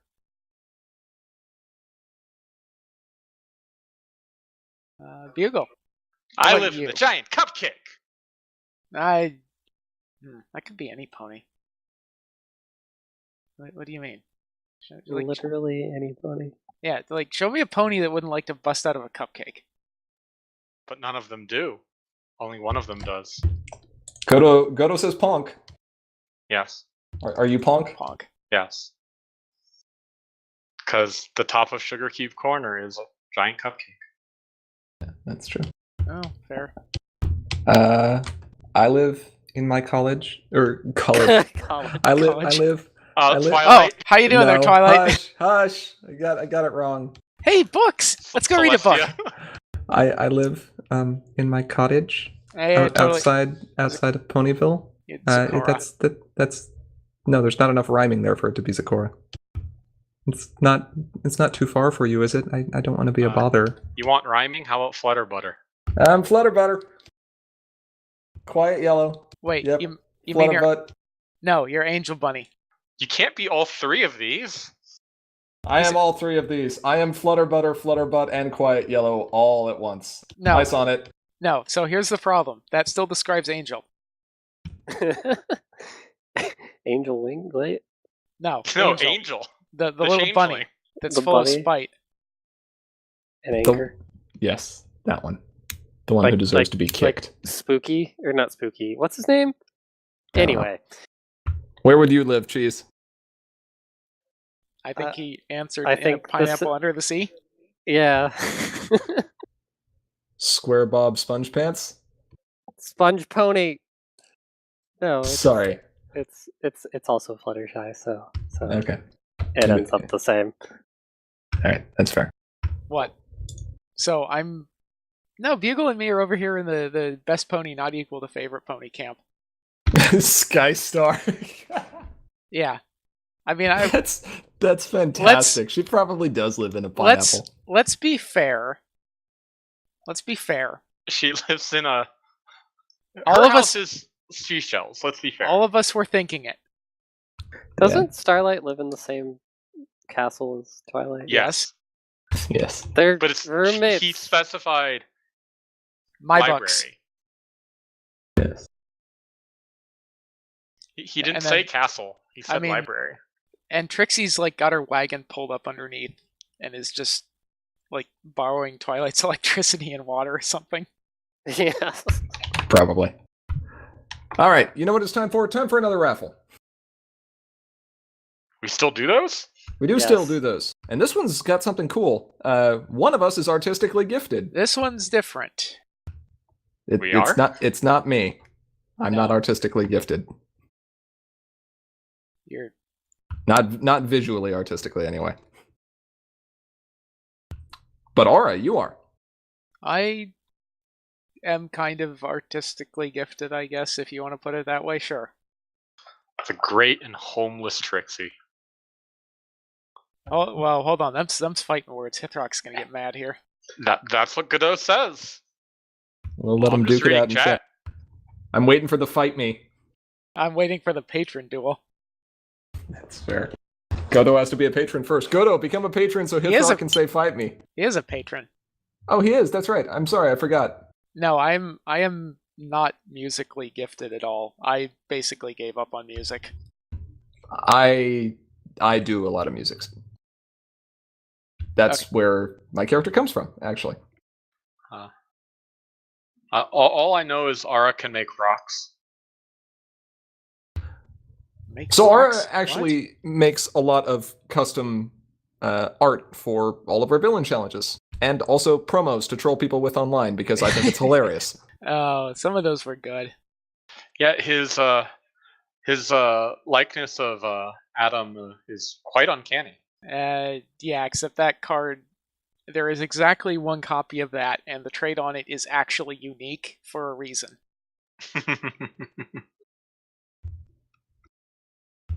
All right. Okay.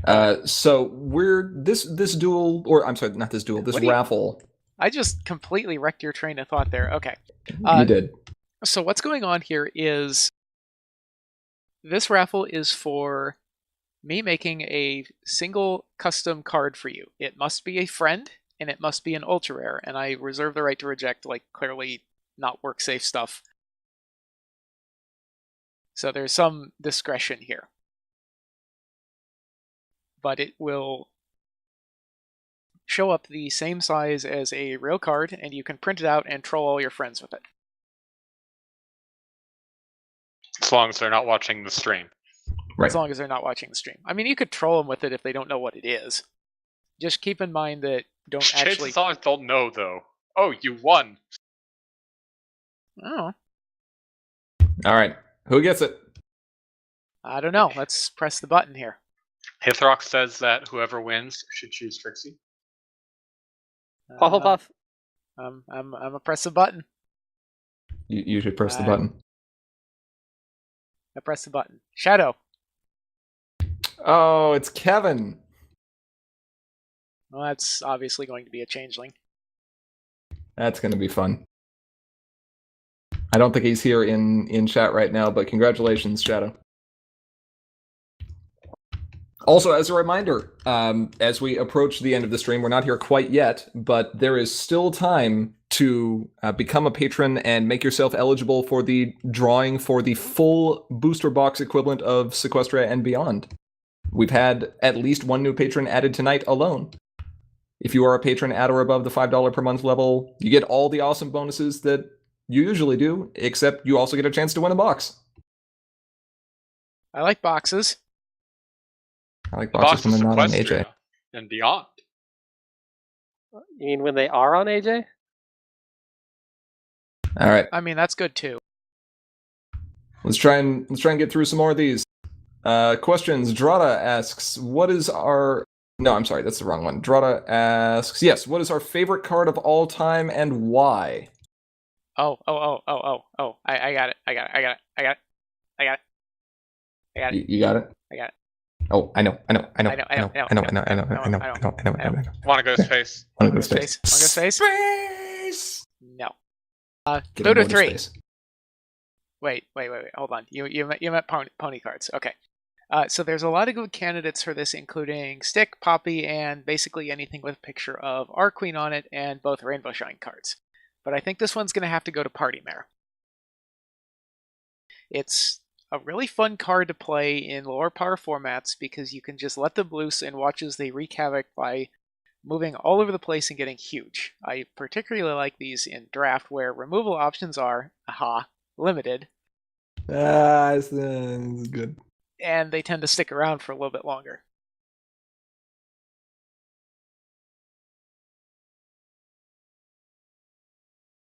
Bugle, how about you? Well, I promised a story earlier, and it's time for that story because my favorite card is Changeling Infiltrator. Story time! Those around when Candlelit Night spoilers came about may remember that Changeling Infiltrator was a spoiled card. It was one of the first spoiled cards, in fact. And it was met with this universal disdain in the online communities. People were calling it one of the worst troublemakers ever, because it had 3 power, was worth a point, and it did something that looked pretty incredibly minor. Shuffling your deck, how useless. Pish tosh. Of course, our tunes changed once 2 very notable uses for Changeling Infiltrator arose. The first being One Pace, the first combo deck the game ever saw, and the second was using it as a way to prevent the opponent from DFOing for a turn by its ability to insta-flip by retiring a friend. Insta uncover. Mm-hmm. That's not a use that saw much play for very long, but it was a neat trick for a while. And the combination of it being seen as useless only to be proven wrong later, as well as the fact that it had a hoof in my rise as a notable member in the community, has placed this card in the top, on the top of my favorites list always. Also, Flitter Ribbon Wielder for similar but different reasons. Cloud Chaser is never going to accept that there was a bow on her head. Ever. Yeah, Flitter Ribbon Wielder was a card that was the card that made me like Flitter a lot. That smile just was amazing.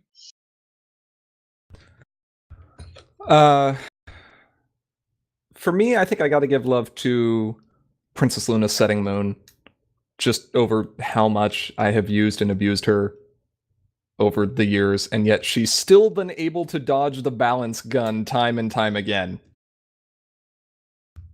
Setting Moon really rides the line for what an acceptable combo card looks like. It's got a high AT cost and requirement, and it's very fragile, but the potential top end, if she sticks around, is, in many cases, literally unlimited.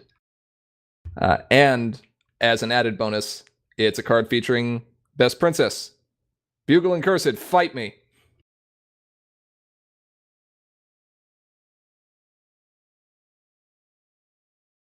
We got some balance gun action going on in chat there. Yeah. Cheese, what about you? All cards are terrible. All of them. Seems accurate. What about Pile? That's a collection of different cards. I don't actually have a favorite card. Like, I thought about it for a while, and I play a lot of different things. No, like lots of different cards are impacted. This is hogwash. Your favorite card is DJ Pone 3, every pony shuffling. But it's really not, like, it's a cool card, but there's other cards I like more. Flutter Guy? Tantibus. Should we just go down the ban list? I mean, if we could, like, so the card that I bought the printing plates for was Tantibus.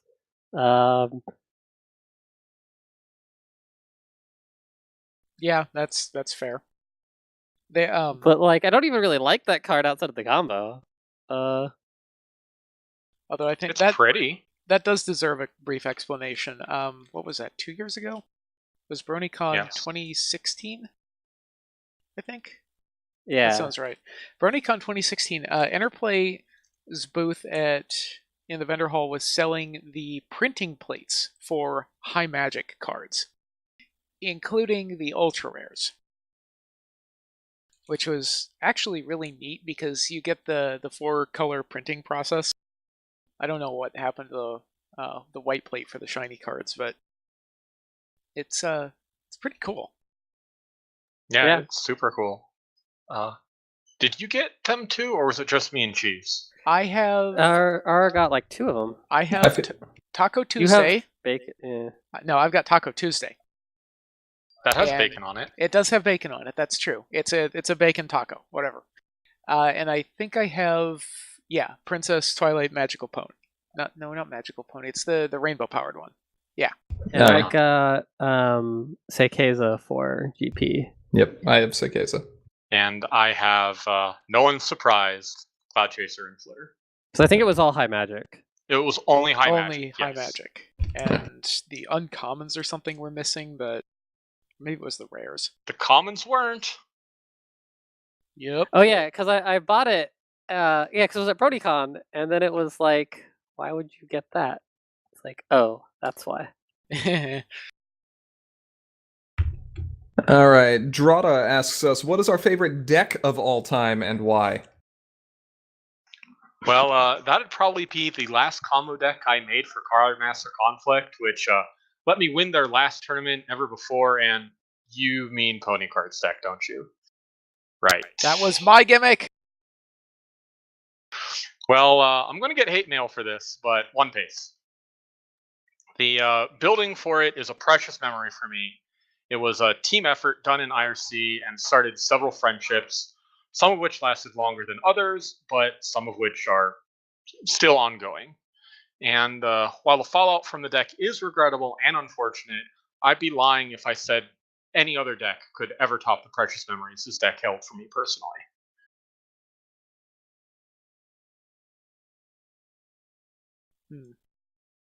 That was quite a bit of fun. Ara, what about you? Well, I'm well aware that I'm a monster, both for my choice and the reason for that choice, but anything that got a card banned, and specifically Tantabuse. The 5 of us piloting it got to Blindside Gen Con with a Nyan Tier 0 combo deck and basically swept the field. There's nothing quite like knowing you're almost certainly running the meanest deck by a mile before you even sign up for the tournament.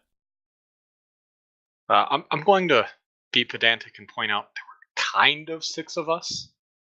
Just one of us did not have the same build the rest of us did. He tried to reverse engineer it rather than just joining our conspiracy. I don't know. That's fair. I like the newly added Vapor down in there. I thought she was that always did there. get added. She's always been in there. Okay, that was when it happened. Yeah, that was for the Vapor Trail thing. Yeah, there's no bulk though, and that makes me sad. Yeah. Cheese, what about you? Pile. Come on, every pony, pile, pile, pile. Pull my hand off. That's 2 points. You may 6 notice points. that our decks are getting us lots of hate mail. yeah. We're not very nice people. I played Pile for like a year and a half. It may have been longer than that. You played Pile until Penny got banned. Yep. In and fact, I you're haven't played it since. Read it straight into the ground. probably part of the reason that Penny got banned in the first place. Yeah. Well, it won. It won so much. Like, I mean, you're not wrong. I mean, we may have gone into that BronyCon with the intent of getting Pile banned. Yeah, that's fair. one of the cards. Yeah. For me, I'm actually not going to go with a combo deck here because I've played Shock and horror. I've played too many to fall in love with any single one of them. Instead, I'm gonna go with Waking Nightmare. Disco. That's basically a combo deck. I mean, it basically was. Introducing the concept of chaos control as a competitive control deck at Gen Con 2016 was a lot of fun. You actually introduced that slightly before that, didn't you? Yes, at the regionals that were in Northern California a couple weeks before Gen Con. Yeah. You were sick of One Punch Mare. I was sick of One Punch Mare, so I played. I think I tried to do like purple white toolbox control at our locals, and it was just terrible because One Punch Mare was everywhere. I think I played One Punch Mare at that regional. You did, yeah. And then I went home that night, and I was like, I'm gonna build a deck that beats One Punch Mare. Guess what? And then you did. It beats One Punch Mare. Yep. Beats AJ even worse. Yeah. Teehee. Well, One Punch Mare has a shot. Yeah. So and AJ does not. Yeah. What is Hithrock asks? What is the ultimate question, or what is the answer to the ultimate question of life, the universe, and everything? I got this. I totally got this. You got this one, Aura? Yeah, it's right there. See? It's a little purple pony. She's got 42. And you're sitting there going, wait, why 42? I will answer this.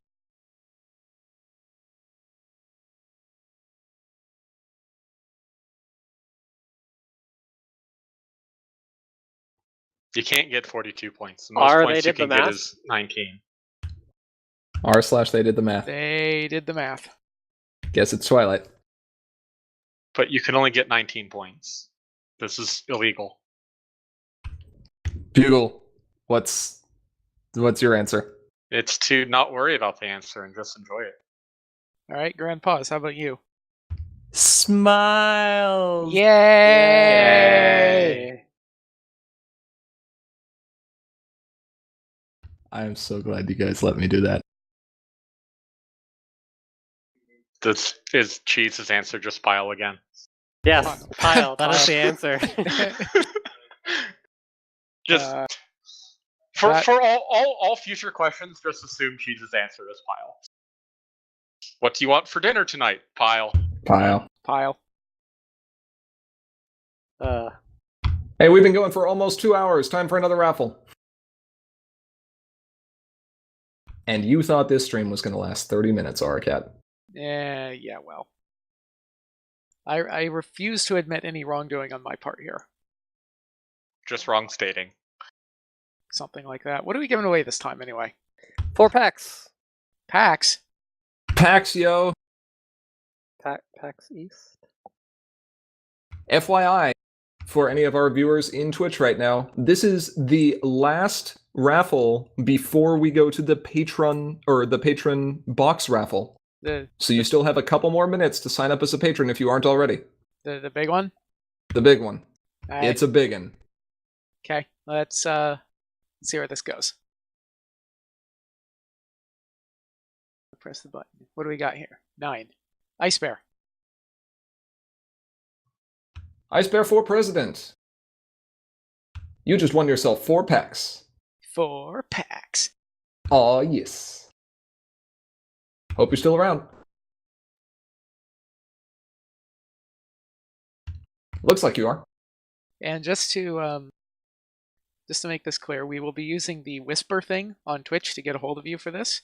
So when we do this, there will be a little thing down in the bottom right corner of the browser. So keep an eye out for that. It might take a little bit after the stream for us to get through all these, though. So stick around. All right, couple final questions here. Skitter asks, what are our local metas or playgroups like? Oh my god. So size, people playing particular playstyles, or broad experimentation, hardcore versus casual, all that. Oh, should I just get this out of the way? Go for it. All right. Okay. So Skitter knows the answer to this one. But for everyone else's sake, I participate in 2 playgroups that have about 6 people across both, with another 2 to 3 who occasionally show up. It used to be larger, but several people moved away or gained other commitments that precluded their involvement in cardboard ponies, and then some local drama happened. But that's a story for another time. Of the 6, 2 of these derive great satisfaction from attempting to push the meta envelope through the wall of the post office, and my sighs of resignation as I reach for the rules for the 3rd time this session and lament yet again how messed up and weird our local meta is.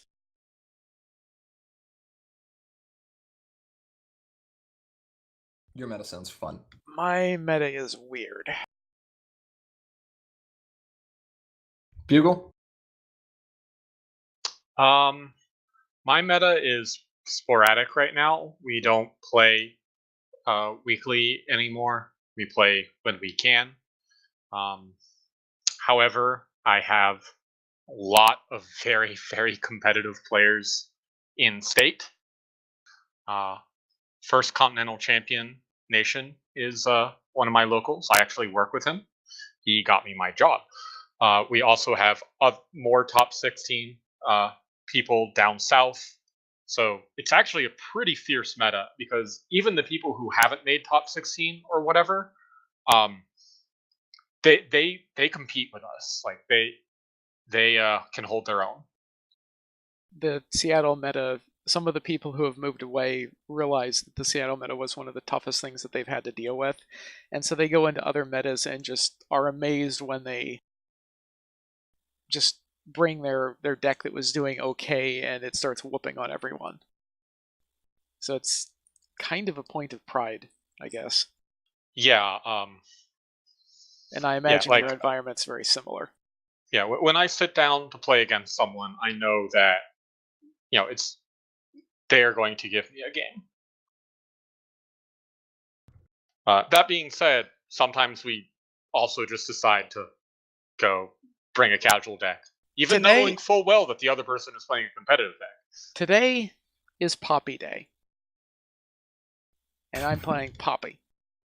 Yeah, like actually just yesterday, someone decided they wanted to do the Mission Impossible loop. Wow, haven't seen that one in a while. Like, well, all they were doing was just the Cloud Chaser and Flitter infinite power. Wow. But that's what their goal was, to give Shoeshine infinite power by pulling off that loop, then having infinite friends in the process. And it was silly. That's fair. It's pretty fun. That was his entire goal for the entire day, and he pulled it off. So My local meta has shrunk over time, but thankfully I'm very close to Cheese's meta, and so between us we actually have a pretty good scene. Yeah.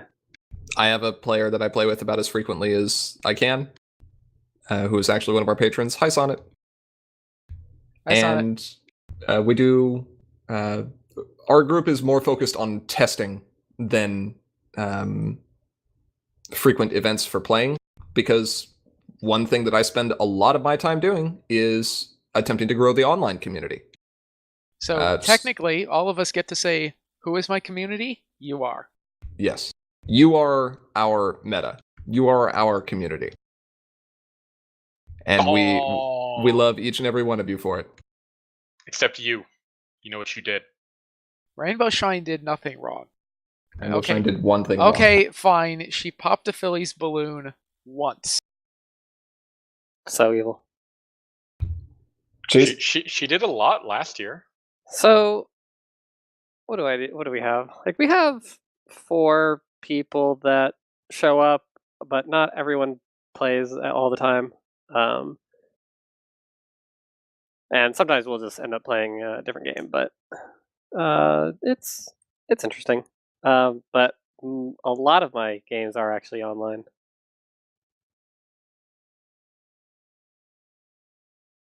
All right. Hithrock has a question on what are our recommendations on improving the attendability and keeping up interest for the game somewhere where the product isn't easily available. Coco.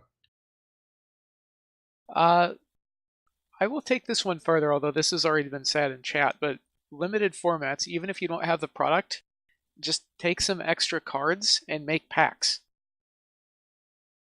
Or use the tool that you wrote to Yeah, that To do thing is clearly flawless and does not skew in any direction. No, it doesn't. It uses the real sequences. What's your problem? Or as Blue Fairy said, Cube Draft is another good thing. Bugle, I think you have one of those, right? I do. Yeah. I think GP has one as well, actually. Have a what? I'm sorry? A cube. Cube. Oh yeah, I have a cube. Yeah. I haven't actually updated mine in a while. And I mostly just use it to play Brain Dead with Ponko whenever we're in the same state. God. Thick minds through marks in time. Oh, hey, actually, you want a way to keep your format active and help people improve when you don't have access to physical cards? Yeah, Ara already knows the answer. Oh my god. Do Hit the deck. Do I have a format for you? Mental ponies? Yep. God. That is painful sometimes. It is painful all of the time. We almost played it, Fabs, this year. Yeah, I was too tired. I was too tired when you first wanted to start, and then so we were both too tired, just at different times. Yeah, just play Mental Ponies. It's great. We'll talk about it later. Maybe. I don't know. It's a pretty horrible thing. Anyway, It has its own ban list. It does have its own ban It does list. have its own ban list. That's when you know it's good. It has its own ban list that is distinct from the rest of the game. All right. yeah, I think we're at our last question, right? Yep. So if you have any last minute questions, get them in now.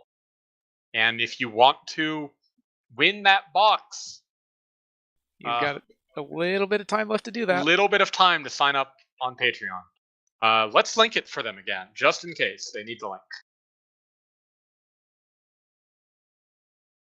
Again, you'll still get all the extra benefits. You'll get invited to the Yeah. Slack group. You'll get the chance to do patron duels and submit deck lists for reviews. This all the fun things.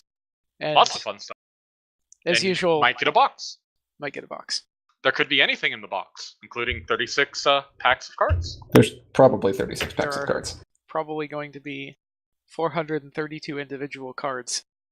There might be more. There might be like one or two less.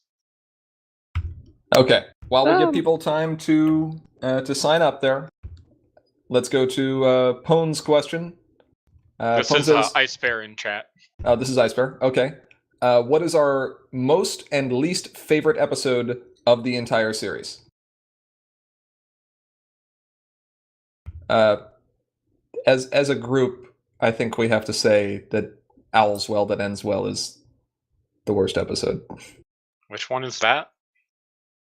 It's Exactly. the one that we don't talk. I'm implying I watch this.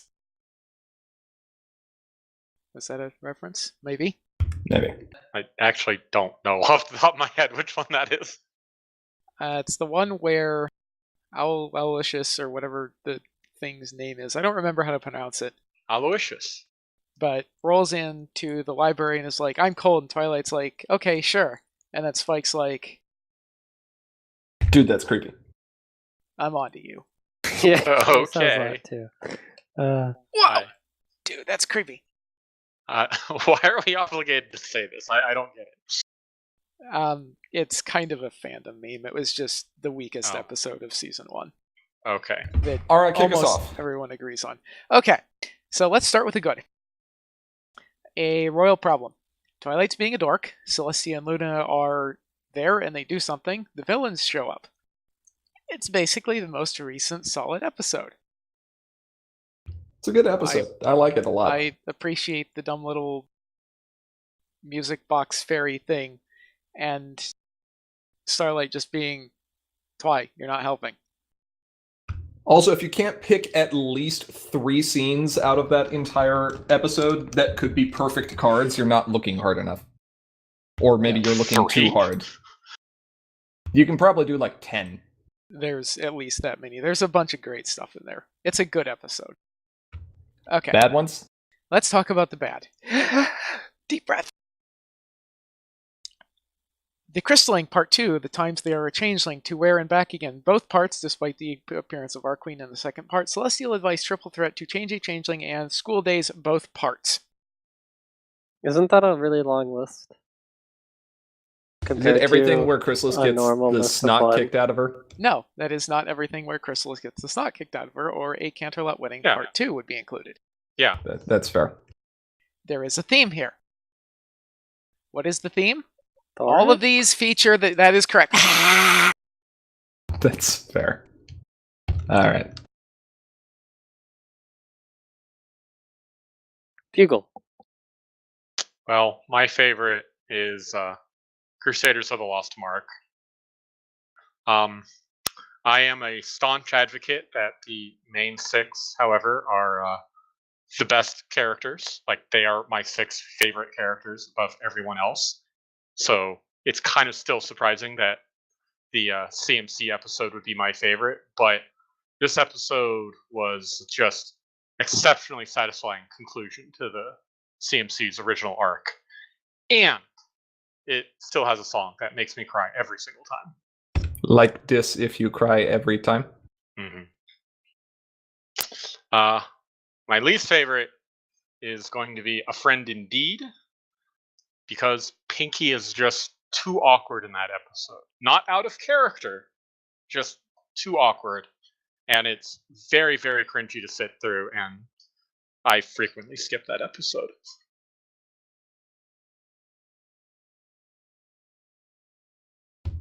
My favorite was probably A Perfect Pair. I am a sucker for emotional moments. Man, that I almost have to change my answer. Did you forget about that one? All right, stick in the mud time. I don't like that episode. Yeah, we know you don't.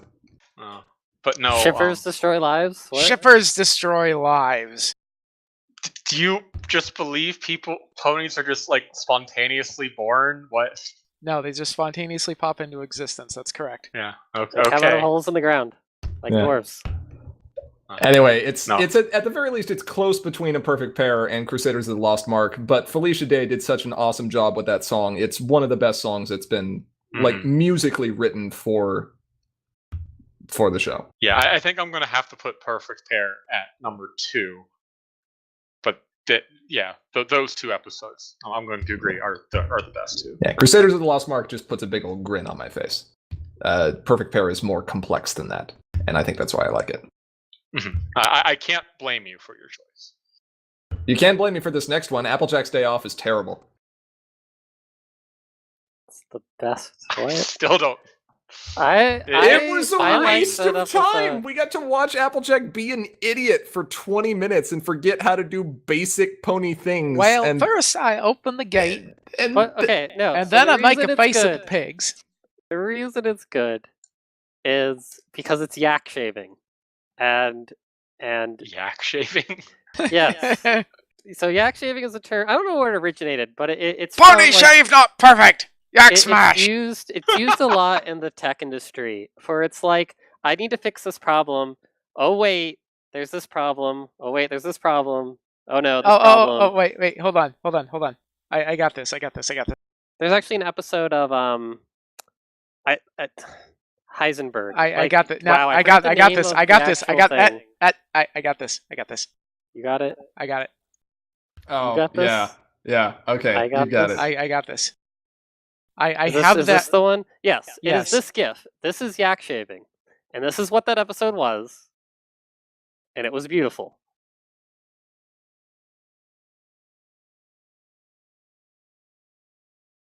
Yeah, I'm going to agree with Cheese here. I thought that was an amusing turn of events. Yeah. No, that's it. It's fun just watching her be an idiot. That being said, GP is entitled to his opinion. No, he's entitled. He's entitled to be wrong, but he's entitled to his opinion. Yes. Cheese, go ahead. How about you? So the best is season 2, episode 14, and the worst is season 3, episode 13. No, he's not going to elaborate for you. No. So SO2E14, one that I had memorized by like number because it's the derpy episode, and it's the one that you have to go and find the correct version. Careful, it's not the derpy. one they destroyed because it has derpy. And then I forgot the name of it. Magical Mystery Cure, whatever. Magical Mystery Cure. Hashtag better before she had wings. Exactly. Ugh. Wrong, all of you. Wait, what? Twilight was better after she had wings. Yeah. Lies. I mean, I'm kind of sad because she's less of a No one gigantic even dork. admits that she's a princess. I mean, they've gotten better about that, but They have. Though, yes, she could not hail a cab as a princess. True. I mean, she's the size of a normal pony. She has wings and a horn. Yeah, but she's the Yeah, size of a so- normal so pony. did the guy working on the runway in the most Yes, recent exactly. episode. That Yeah. doesn't mean anything. Spoilers. Spoilers. Accidental alicorn. uh, All right, last question that was submitted here by Hithrock, unless anyone else wants to submit anything through chat to prolong the box raffle. What do we do for a living? Oh, okay. All right, what do you do for a living? I'm a datamancer. okay. Jeez, what do you do for a living? He's an electron wrangler. Yes, I'm Electron Wrangler. No, so I'm a compiler engineer at Sony, at PlayStation. Bugle, what do you do? This is mildly complex. I'll give the. Sure. I work at Direwolf Digital, which makes digital card games. And currently, my job title is QA associate. However, what I actually do is a little more complex than that. I help a little bit with design. I help playtest cards, and various other things. Basically, I'm somewhere between card designer and QA for digital card games. Also, we make Clank, and you should buy it. Clank is fun. I have never played Clank. We'll have to fix that later. Yes, we will. And I am a management trainee for Consolidated Electrical Distributors. So I tell Aura and Cheese where they should go buy stuff for their home projects. And I tell Grandpa's that I want a 400 watt equivalent LED bulb, and he's like, Oh, I think I started that, but yes. that's And easy. the light did finally die that I need to replace. So. Well, there you go. We'll get it replaced for you. so if you thought the glare on stream was bad, just wait. Oh yeah. Oh man, I can replace that now. I don't think you realize what you've just done. We're getting an RGB or an RGBW LED thing. This is happening now. Oh boy. We're getting cool stuff. We're gonna get cool stuff. It's gonna be great. We might even be able to see the cards without the glare. Well, So, Speaking of cool stuff. there you go. Nice transitions. All right. Yeah. I'd give a drum roll, but we don't have one prepared. All right. This is your last chance. Yeah, If you have not signed up to become a patron yet, if you can get it in here in the next 1 minute, Less than that, probably. I'll give him a minute. Okay, sure. We'll give you. Sure. 45 seconds on the clock. Okay. Hooray, the thing isn't broken. It actually broke midstream. Did we not overflow? No. No, we didn't overflow. So actually what happened was I wrote the code for this and it broke because someone signed up to be a patron and that crossed a threshold somewhere and then I had a loop that didn't terminate. Always Now- terminate your loops, kids. For reference, we're not gonna have Rob be eligible for this box. I think he has enough. has enough of his own, yes. He could literally just walk into the back and be like, hey, here's that set of cards that we were supposed to give. Okay, time's up. He is still best princess though. I'm just waiting for him to drop into stream again and just be like, Here's a "Hi." spoiler. Basically. Okay. So, time is up. So I think it is time to hit the button. Here is our list of patrons.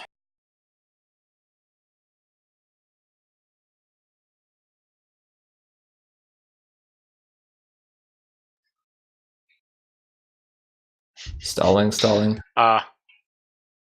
Business, business, business. Please Numbers. remember to keep your drinks off the table. 3 resource payment. Wheel of Patronity. Turn. Tell us a lesson, yes. Moral number 4. You can pick your friends. You can pick your nose. You can't pick your friend's nose. I mean, Isn't that from the? Yes, Animaniacs. Oh, it is that? Okay. Yes. The I don't the know if Wheel that's of Morality actually is. one of their Wheel of Moralities, but it sounds like one of their Wheel of Moralities. One of their Wheel of Moralities was early to rise and early to bed makes a man healthy but socially dead. Yes. Yep, can confirm. Basically. All right, we've got our. Yep, Push the button. push the button. Wrong button. That's a Wrong lever. lever. wrong Yeah. lever. I pushed the No, button. hit the right one. What do we got here? Jeffrey Wetter. Jeffrey. Oh. He's gonna be excited. Hey, Hithrock with a close second. Godot in a distant third, and the rest of us are just kind of sad. So close. Well, congratulations, Jeffrey, and thank you for your support. Yeah, I don't think that he's here is right now, but we can definitely contact him. Mm-hmm. And that. Yeah, congratulations. 36 packs, probably 4 ultra rares and 8 super rares. 36 rares. Far too many uncommons and commons. And More than possibly a a playset royal of- rare. I think it's even a play. Yeah, it's a playset of uncommons because there's 30. Yes. But between 0 and 1 royal rares. I mean, that's like. What if there's 2 though? I've seen that. In 1 box? Yeah, it's Wow, happened. I've not. Wow. I did not know that was feasible. Production lines are hard, yo. Yeah, True. because it's a 13 card pack with Mhm. 2 royal rares in it. Well, that was a tremendously fun stream, and if you all enjoyed it, we only have you to thank for it. You made this possible by supporting us on Patreon. We've pitched Patreon enough over the course of this stream, but I will say that you can contact us through a number of other different methods. Facebook, YouTube, make sure you subscribe while you're there. And of course, email as well. I'll paste the links again because why not? Yep, you might as well. If you did win one of our prizes this raffle, please go ahead and stick around in chat so we can contact you. So we can get those out to you. But again, a huge thank you to everyone. This has been a lot of fun. We enjoyed being able to answer your questions. We enjoyed being able to give a little something back to the community. And we hope to see many of you present at Everfree Northwest from May 18th Yeah. through the 20th. Do we want to hype our second goal now that we've met our first goal? Sure. So currently, we have patron duels that are set up where we will record these duels and then broadcast them for our Sunday streams with commentary. And those are a lot of fun. But the patron pool is somewhat small. So if we manage to get to a patron pool of at least $200 per month being donated, and now with the donation from our most recent donor, Brian, we're up to $144 per month, I believe. So if we get up to 200, we will open those duels up to anyone. So that means patrons can challenge non-patrons, non-patrons can challenge patrons, non-patrons can even challenge more non-patrons.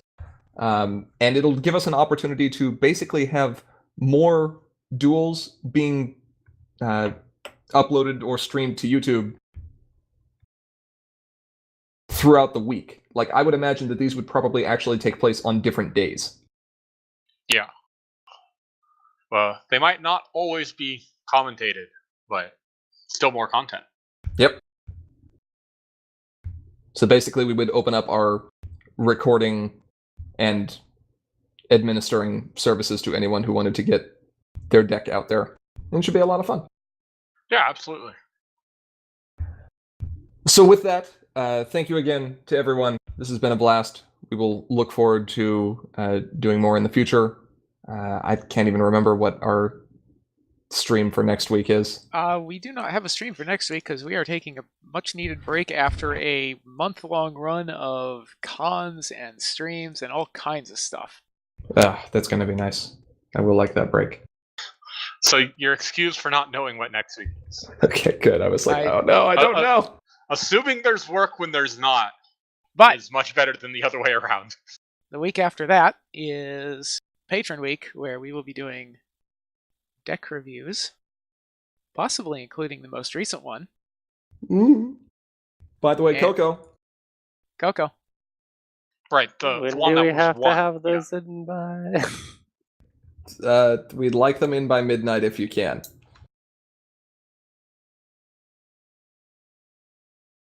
If you can manage to get them in by midnight, that would be great. Yes. Otherwise, thank you, everyone. We are, as always, Commentary is Magic. I am, as always, exhausted. I am very tired. Big cheese. You can exhaust me, but you'll get an action token. Hi, Paper Twilight. No, he was actually. out He's there. ATO, you lose the action token at end of turn. I'm Sunburst, yo! No, I'm actually Queen Chrysalis copying Paper Twilight. Hi, my name's Twilight. Wow. You can exhaust me to get an action token, but only for friends. Hi, Cloud Chaser. And we'll see you all in 2 weeks. Make sure to stick around in chat so we can get your info to send you your stuff. Yeah, do. This is cool stuff, and you want it, and we want to give it to you. But we'll be sad if we can't. Yeah. All right. Take care, everyone. Bye-bye. Bye. Bye.